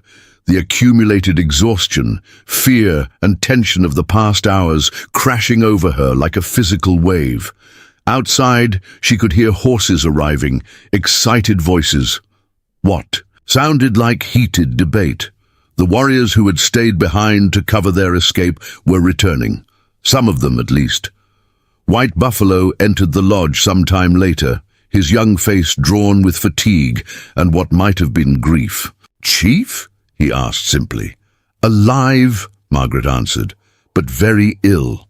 What happened back there? Did everyone escape?" White Buffalo's expression darkened. "Two warriors join ancestors tonight, shot by soldiers." He touched a blood-stained tear in his buckskin shirt, evidence of his own narrow escape. "Fletcher and Captain take many men, hunt us like deer." "Because of me," Margaret whispered, the guilt overwhelming. "No," White Buffalo countered firmly, "because of hate, because of land hunger." He sat beside her, unexpected compassion in his young eyes. "You choose hard path, good path, but hard, no turning back now." "What happens next?" Margaret asked, voicing the question that had hovered at the edges of her consciousness since she'd made the decision to leave her homestead. White Buffalo was silent for a long moment. "Council decide," he said finally. "Elders talk, choose path. For tribe, some say move north, join Sitting Bull in Canada. Some say fight here until last warrior fall. Some say—" He hesitated, then continued reluctantly. "Some say your coming fulfill prophecy, that you bridge between worlds." "Prophecy," Margaret echoed, remembering Grey Fox's fevered words about connections and promises. "What prophecy?" But White Buffalo shook his head. "Not for me to tell. Rest now. Tomorrow comes soon enough with answers." After the young warrior departed, Margaret tried to heed his advice, stretching out on the buffalo robe and closing her eyes, but sleep proved elusive. Outside, the debate continued, voices rising and falling in the Lakota language she couldn't understand. Occasionally, she caught her own name, or rather the phrase they seemed to have adopted for her, "Wingyang Wang Sheila," merciful woman. It was near dawn when she finally drifted into restless slumber, only to be awakened what seemed like moments later by a hand on her shoulder. The boy she had first helped stood there, his dark eyes solemn in the lodge's dim light. "Come," he said simply. "Look." Margaret followed him outside, blinking against the early morning sunlight. The entire Ghost Owl band had gathered at the canyon's eastern entrance, their attention fixed on something beyond.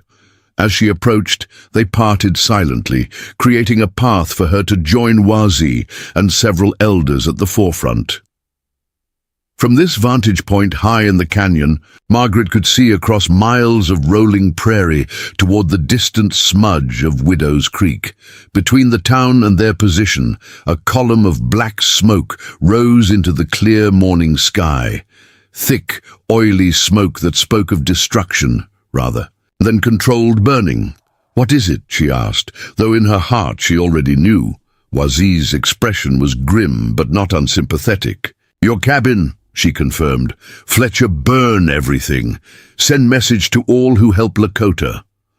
Margaret stared at the distant smoke, trying to absorb the finality of it.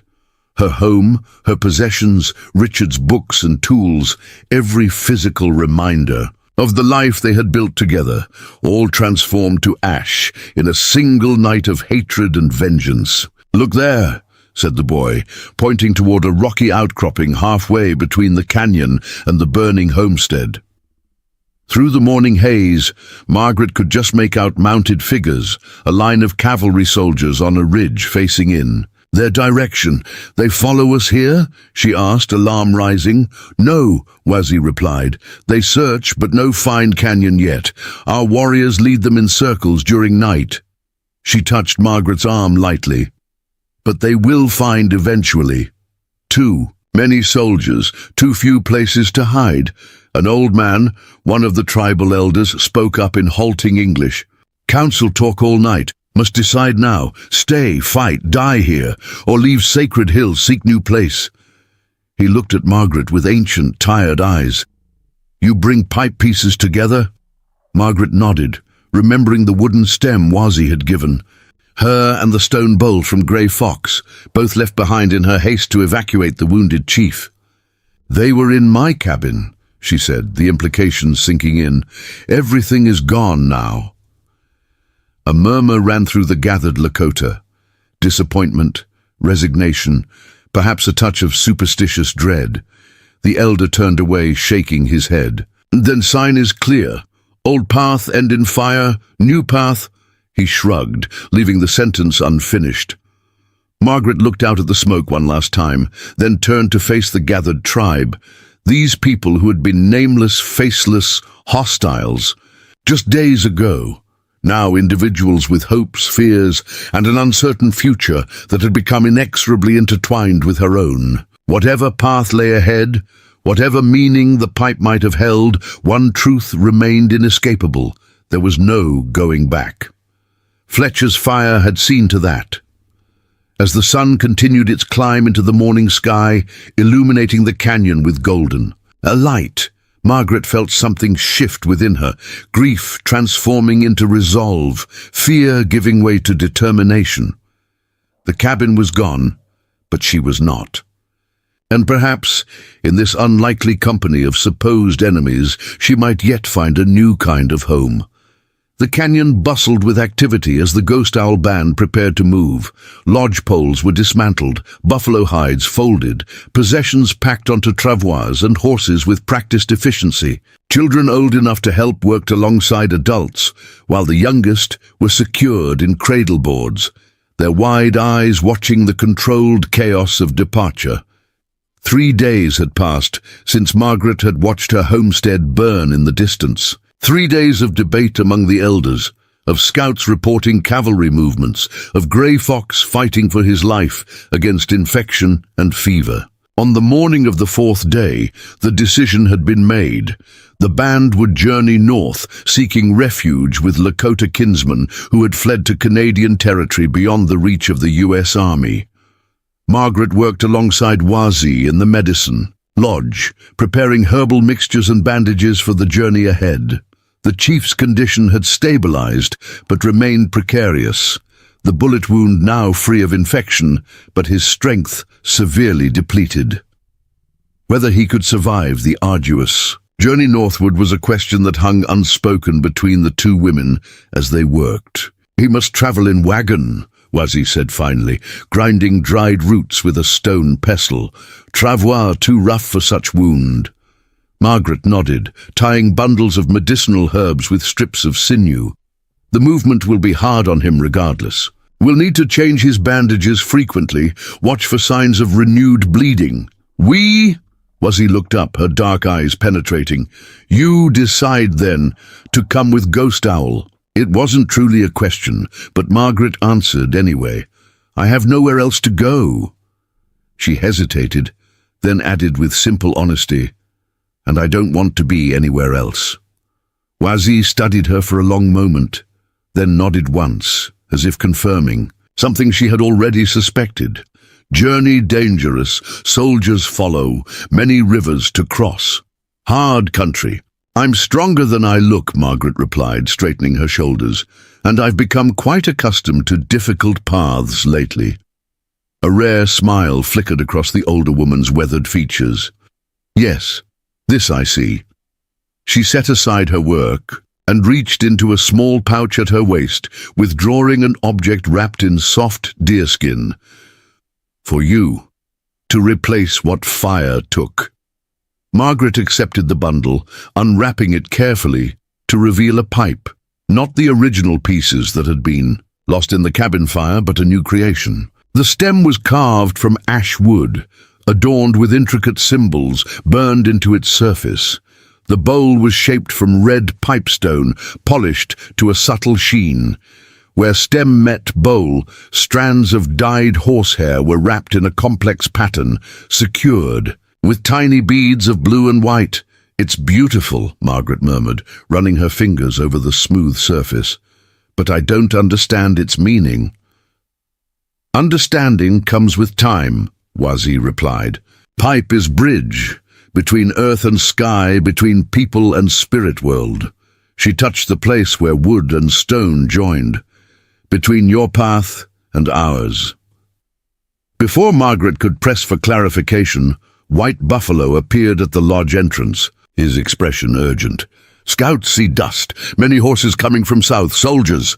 Wazzy rose immediately, her manner shifting from philosophical to practical in an instant. "How far?" 2 hours, maybe less.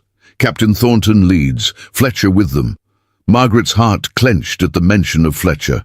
His determination to find them had taken on the quality of obsession, as if her choice to help the Lakota represented a personal betrayal he could not tolerate. "We must move now," Wazzy decided, gathering her medicines with swift efficiency. "No more waiting. Tell elders, prepare Grey Fox for travel." As White Buffalo departed to spread the warning, Margaret carefully rewrapped the pipe and secured it in the pouch Wazzy had given her. Whatever symbolic significance it held would have to wait. Immediate survival took precedence. Within the hour, the canyon had transformed from settled encampment to caravan. The stronger warriors formed a protective screen around the main group, while scouts ranged ahead and behind, watching for signs of pursuit. Grey Fox traveled in the single wagon the band possessed, a battered conveyance acquired through trade with Métis fur trappers years earlier. Margaret rode beside it on a small pinto mare, monitoring the chief's condition as they navigated the challenging terrain. Their route took them northward through a labyrinth of smaller canyons and draws that eventually opened onto rolling grasslands stretching toward the horizon. Here they were exposed, vulnerable to detection, but speed became their ally. The Ghost Owl Band moved with the fluid coordination of people accustomed to swift relocations, making excellent time across the open country. By sunset, they had reached a shallow river bordered by cottonwoods, a natural camping place that offered both water and concealment. As the band established their temporary camp, Margaret tended to Grey Fox, relieved to find his condition unchanged despite the rigors of travel. "How much farther to the Canadian border?" she asked White Buffalo as he brought water for the chief. "Many days. First must cross Missouri River, then Bad Lands." He glanced northward, his young face solemn. "Hard journey, especially for wounded, for elders, but no choice now." "And the soldiers? Have the scouts seen any sign of continued pursuit?" White Buffalo's expression darkened. "They follow still, Fletcher with them, like wolf who smells blood, man with broken spirit, driven by hate." That night, as the camp settled into uneasy rest, Margaret found herself unable to sleep. She sat beside the small fire outside the temporary lodge where Grey Fox rested, watching embers rise toward the star-filled sky. The immensity of the Dakota territory spread around her, a landscape both beautiful and unforgiving, where human concerns seemed dwarfed by the sheer scale of earth and sky. A movement caught her attention. The boy, her first patient, approaching with the careful dignity that seemed characteristic of Lakota children. Without speaking, he settled beside her, his dark eyes reflecting firelight as he studied her face. "You should be sleeping," Margaret said, gently. The boy shrugged. "Dreams too loud." After a moment he added, "I bring something." From within his shirt, he withdrew a small object, offering it on his open palm, a wooden token, circular, carved with intricate symbols. Identical to the one he had given her on that first night, now lost to Fletcher's vengeful fire. "You made another?" Margaret asked, touched by the gesture. The boy nodded. "For protection against bad spirits, against men like Fletcher." Margaret accepted the token, feeling its smooth weight in her palm, a tangible connection to the beginning of her journey. "Thank you," she said simply. "What's your name? I never asked." "Wunbli Gleshka," the boy replied. "Spotted Eagle." "It suits you," Margaret smiled. "You're very brave, Spotted Eagle." The boy's expression remained serious. "Grandmother say you special, say old prophecy, speak of woman with hair like fire who build bridge between worlds." He touched the wooden token in her hand. "I believe. I see your light." Before Margaret could respond to this startling revelation, a commotion arose from the northern edge of camp. Voices raised in alarm, movement among the picket lines where horses were secured for the night. White Buffalo appeared from the darkness, gesturing urgently. "Come, bring Chief's medicine, quickly!" Margaret followed, the boy at her heels, heart racing with renewed fear. Had the soldiers somehow gotten ahead of them? Was this Fletcher's doing? But the scene that greeted her was not one of military attack. Instead, she found a small group of warriors surrounding two figures who had apparently arrived from the north. A man and woman, both dressed in a mixture of native and European clothing, their faces betraying exhaustion and wariness. "Métis, traders," White Buffalo explained quickly. "Bring news from north, bad news." The man stepped forward, addressing Grey Fox's son, a warrior named Running Elk, who had assumed leadership during his father's incapacitation. He spoke in a mixture of French, English, and Lakota, gesturing expressively as he delivered his message. Margaret caught fragments. "Soldiers at river crossing, checkpoint, turning back all Indians, bounties posted." When he finished, a heavy silence fell over the gathered Lakota. Running Elk turned to translate for those who hadn't understood. "The northern route is blocked. American soldiers established forts along border. Canadian Mounties cooperate, prevent crossing. Many Lakota caught trying to reach Sitting Bull's camp, some killed, others forced to reservation." Margaret felt the hope drain from those around her, the fragile optimism that had sustained them through difficult travel collapsing under this new reality. Their carefully planned escape route, their promise of freedom beyond American jurisdiction, had vanished like morning mist. "What will you do?" she asked White Buffalo quietly. The young warrior's face was grim as he surveyed the disheartened band. "Council must decide, but few choices remain.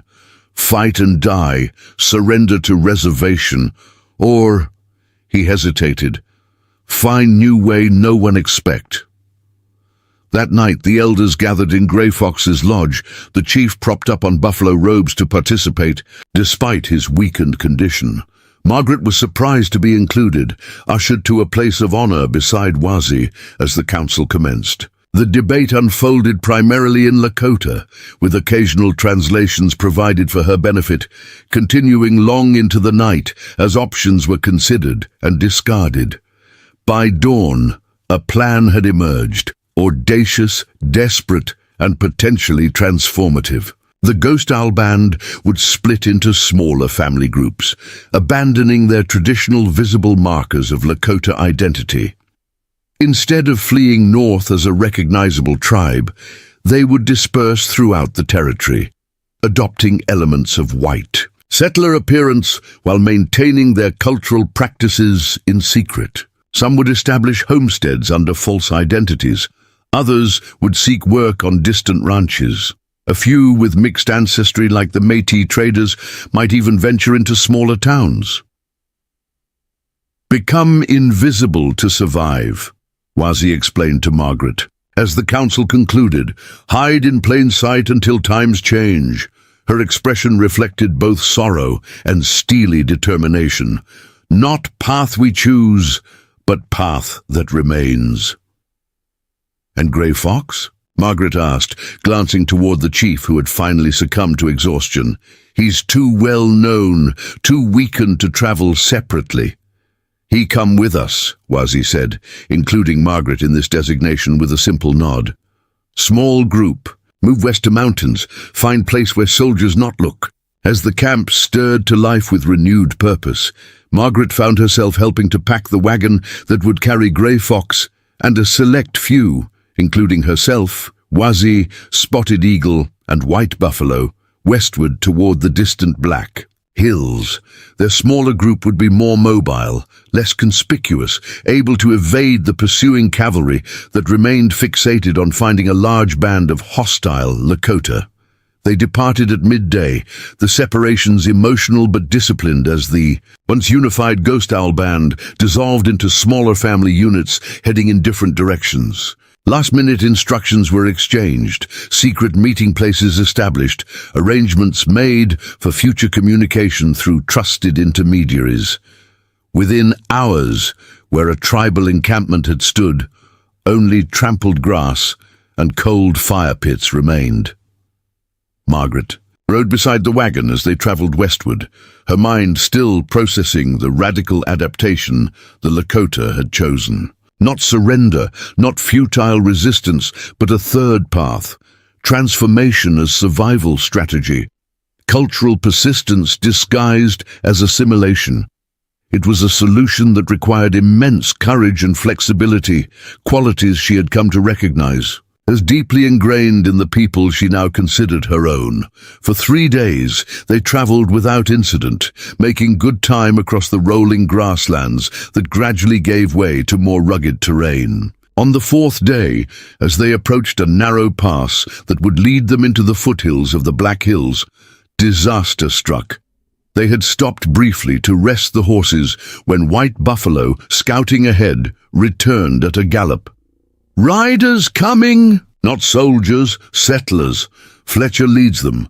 Margaret's blood ran cold. How had Fletcher tracked them here when they'd been so careful to separate from the main band? Had he somehow anticipated their strategy, focusing his pursuit on Grey Fox while allowing the military to chase the larger groups? "How many?" Wazi asked, already moving to secure loose items in the wagon. 8, maybe 10. Moving fast. Fletcher and some men from town. No uniforms. Not a military patrol then, but a civilian posse, potentially more dangerous for their lack of military discipline and restraints. Vigilantes seeking the bounty on Grey Fox, with Fletcher's personal vendetta against Margaret adding fuel to their determination. "We cannot outrun them with the wagon," White Buffalo said, stating the obvious as he assessed their situation. "Must hide or stand and fight?" Grey Fox, who had been improving steadily during their journey, pushed himself upright in the wagon. "No more running," he said, his voice stronger than it had been in days. No more hiding. Time for truth to stand in open light. Wazee and White Buffalo exchanged alarmed glances, clearly believing the chief's wounds had affected his judgment. But Margaret felt a strange resonance with his words, a sense that some culmination was approaching, not just of their immediate crisis, but of the larger journey that had begun when she found a wounded boy on her porch. "What do you mean?" she asked Grey Fox directly, the chief's eyes, clear now of fever's haze, fixed on her with that familiar penetrating intensity. "Pipe ready?"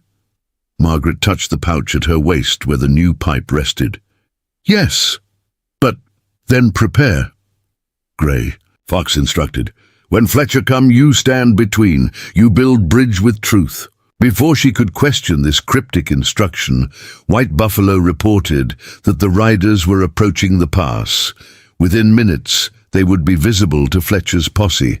There was no time for further discussion, no opportunity to find concealment in the sparse landscape.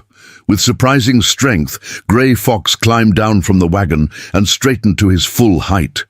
Wazee moved to his side, supporting him subtly, but allowing him the dignity of standing on his own.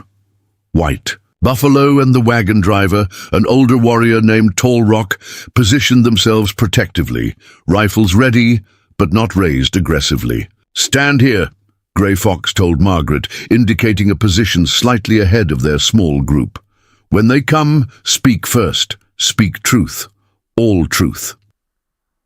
The riders appeared at the mouth of the pass moments later, Fletcher in the lead on his distinctive black gelding.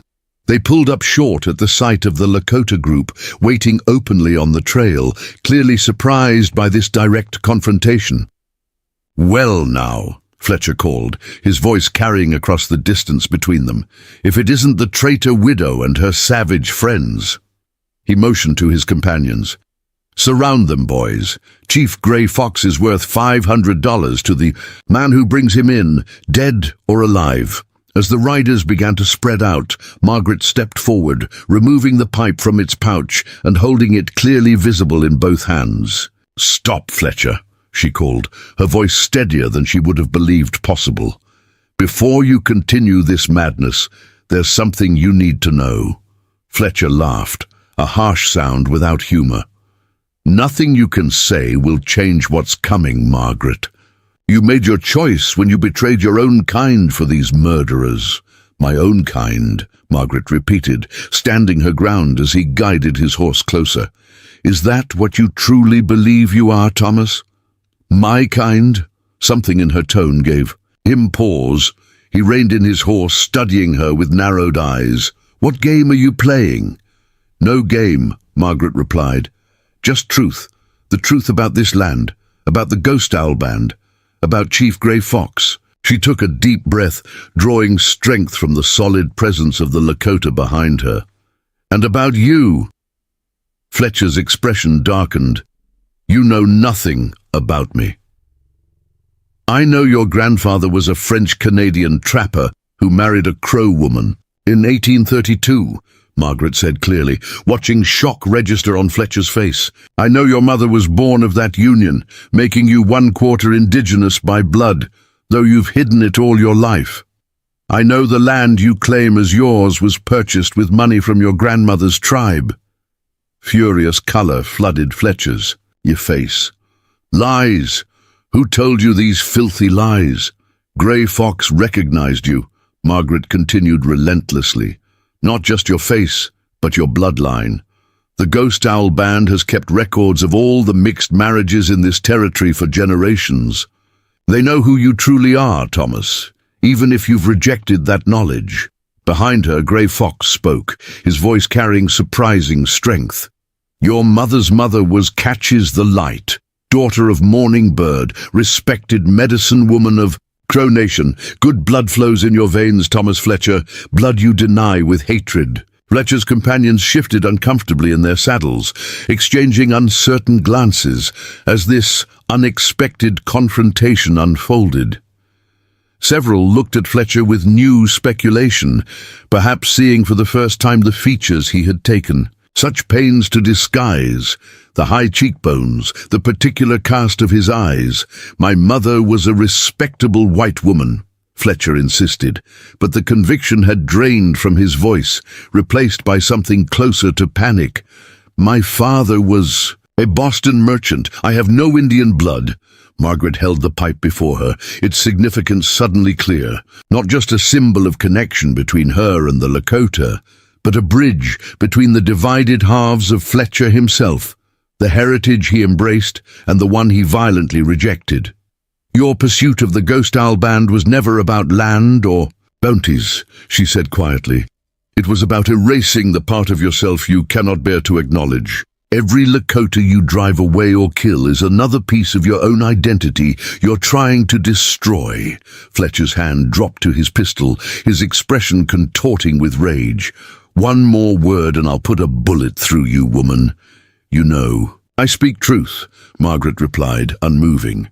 That's why you burned my cabin with such particular hatred, not just because I helped the Lakota, but because in doing so I accepted something you've spent your life denying, that there can be understanding between worlds, that bloodlines can bridge rather than divide.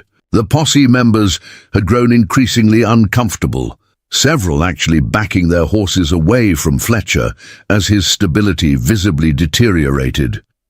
One man, Eli Cranston, whom Margaret recognized from town, cleared his throat awkwardly. Tom, maybe we should head back. Army can handle this. We're not getting paid enough to— Shut up! Fletcher's shout was raw with emotion. They're manipulating you, can't you see? These savages twist words, tell stories, it's all lies. Margaret took a careful step forward, still holding the pipe. If they're lying, Thomas, why does this matter so much to you? Why have you pursued one small band with such obsession when there are easier bounties to claim? The question hung in, the air between them unanswerable without self-incrimination. Fletcher's gaze darted from Margaret to Grey Fox, then to his increasingly dubious companions. The carefully constructed identity he had maintained for decades was unraveling before his eyes, his authority along with it. With a wordless cry of rage, he drew his pistol and fired, not at Margaret, but at Grey Fox. The shot went wild as his horse, startled by the sudden movement, shied sideways. In the chaos that followed, more shots were fired, the posse members reacting to Fletcher's aggression with confused violence of their own. Margaret found herself pulled backward by White Buffalo as the Lakota returned fire.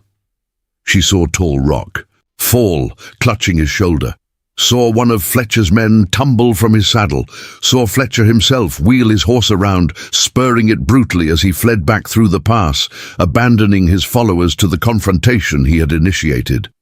In less than a minute it was over. The remaining posse members retreated in disarray, 3 of their companions wounded but none killed. On the Lakota side, Tall Rock's injury appeared to be the only casualty, painful but not life-threatening. As the dust settled, Grey Fox approached, Margaret moving with the slow dignity of a man still recovering his strength. You understand now, he said, why pipe important, why you important. Margaret looked down at the pipe still clutched in her hands, then at the retreating figures of Fletcher's posse. I didn't change anything, she said softly. He still denied the truth. There's still conflict. Change not come all at once, Wazi said, joining them. Seed planted today, truth spoken aloud that was long buried. This beginning not end. Grey Fox nodded in agreement. Fletcher battle himself now, not just us. Such war hardest of all. He placed his hand on Margaret's shoulder. You build first bridge, others will follow. Not in our lifetime, maybe not in children's lifetime. But path open today cannot be closed again. As they tended to Tall Rock's wound and prepared to continue their journey, Margaret reflected on the chief's words. The confrontation with Fletcher had been neither victory nor defeat, but something more complex. A moment of truth-telling that had altered the landscape of possibility. Not just for Fletcher, whose carefully maintained facade had been publicly shattered, but for his followers, who had witnessed the revelation, and for Margaret herself, who had found an unexpected role as voice for buried histories. The bridge between worlds she was building would not be completed in a single confrontation or even a single lifetime. It was a generational project, an opening of pathways between understanding and ignorance, between hatred and compassion, between the comfortable lies of conquest and the harder truths of shared humanity. 6 months later, under the name Margaret Fox, she established a small trading post at the edge of the Black Hills, operating with a special license obtained through the unexpected assistance of Captain Thornton, who had grown disillusioned with the military's approach to the Indian problem. The modest establishment became known for fair dealing with both settlers and indigenous travelers, many of whom were actually disguised members of the dispersed Ghost Owl band, maintaining contact with their chief. Grey Fox and Wazee lived in a cabin behind the trading post, ostensibly as Margaret's indigenous employees, but in reality forming a family unit that defied the categories imposed by reservation policies and territorial law. White Buffalo served as their connection to the scattered band members, traveling widely under the guise of a supply courier. Spotted Eagle attended the missionary school in the nearest town, absorbing the English language and white customs that would help him navigate the changed landscape of his people's future, while learning traditional ways in secret from his grandparents. Thomas Fletcher was found dead in his home a year after the confrontation, apparently by his own hand. Among his papers were discovered documents that confirmed everything Margaret had revealed about his heritage, along with journals expressing the self-hatred and internal conflict that had driven his violent campaign against the Ghost Owl band. The Grey Fox and Wazee had given Margaret occupied a place of honor in her private quarters, a daily reminder of the commitment she had made that cold February night when a wounded child had appeared on her porch. Not a simple act of charity, but the first step on a winding path toward understanding that transcended the artificial boundaries of race and culture. Years later, when government policies softened slightly and some Ghost Owl families began cautiously reclaiming their visible identity, it was to Margaret's trading post they came first, a sanctuary where, for a brief moment in a troubled history, two worlds had found a way to meet without bloodshed. A small beginning, perhaps, but as Grey Fox had wisely observed, some changes require generations to fully flower, and bridges between worlds are built one stone at a time. In sheltering a wounded Lakota child, Margaret Holloway had not changed the course of history or resolved the profound conflicts of the American frontier, but she had created a single point of light in a dark landscape. A demonstration that even in the most divided times, individual choices rooted in compassion could open doorways previously thought impossible. And sometimes that is enough to begin changing everything. Up next, you've got two more standout stories right on your screen. If this one hit the mark, you won't want to pass these up. Just click and check them out, and don't forget to subscribe and turn on the notification bell so you don't miss any upload from us.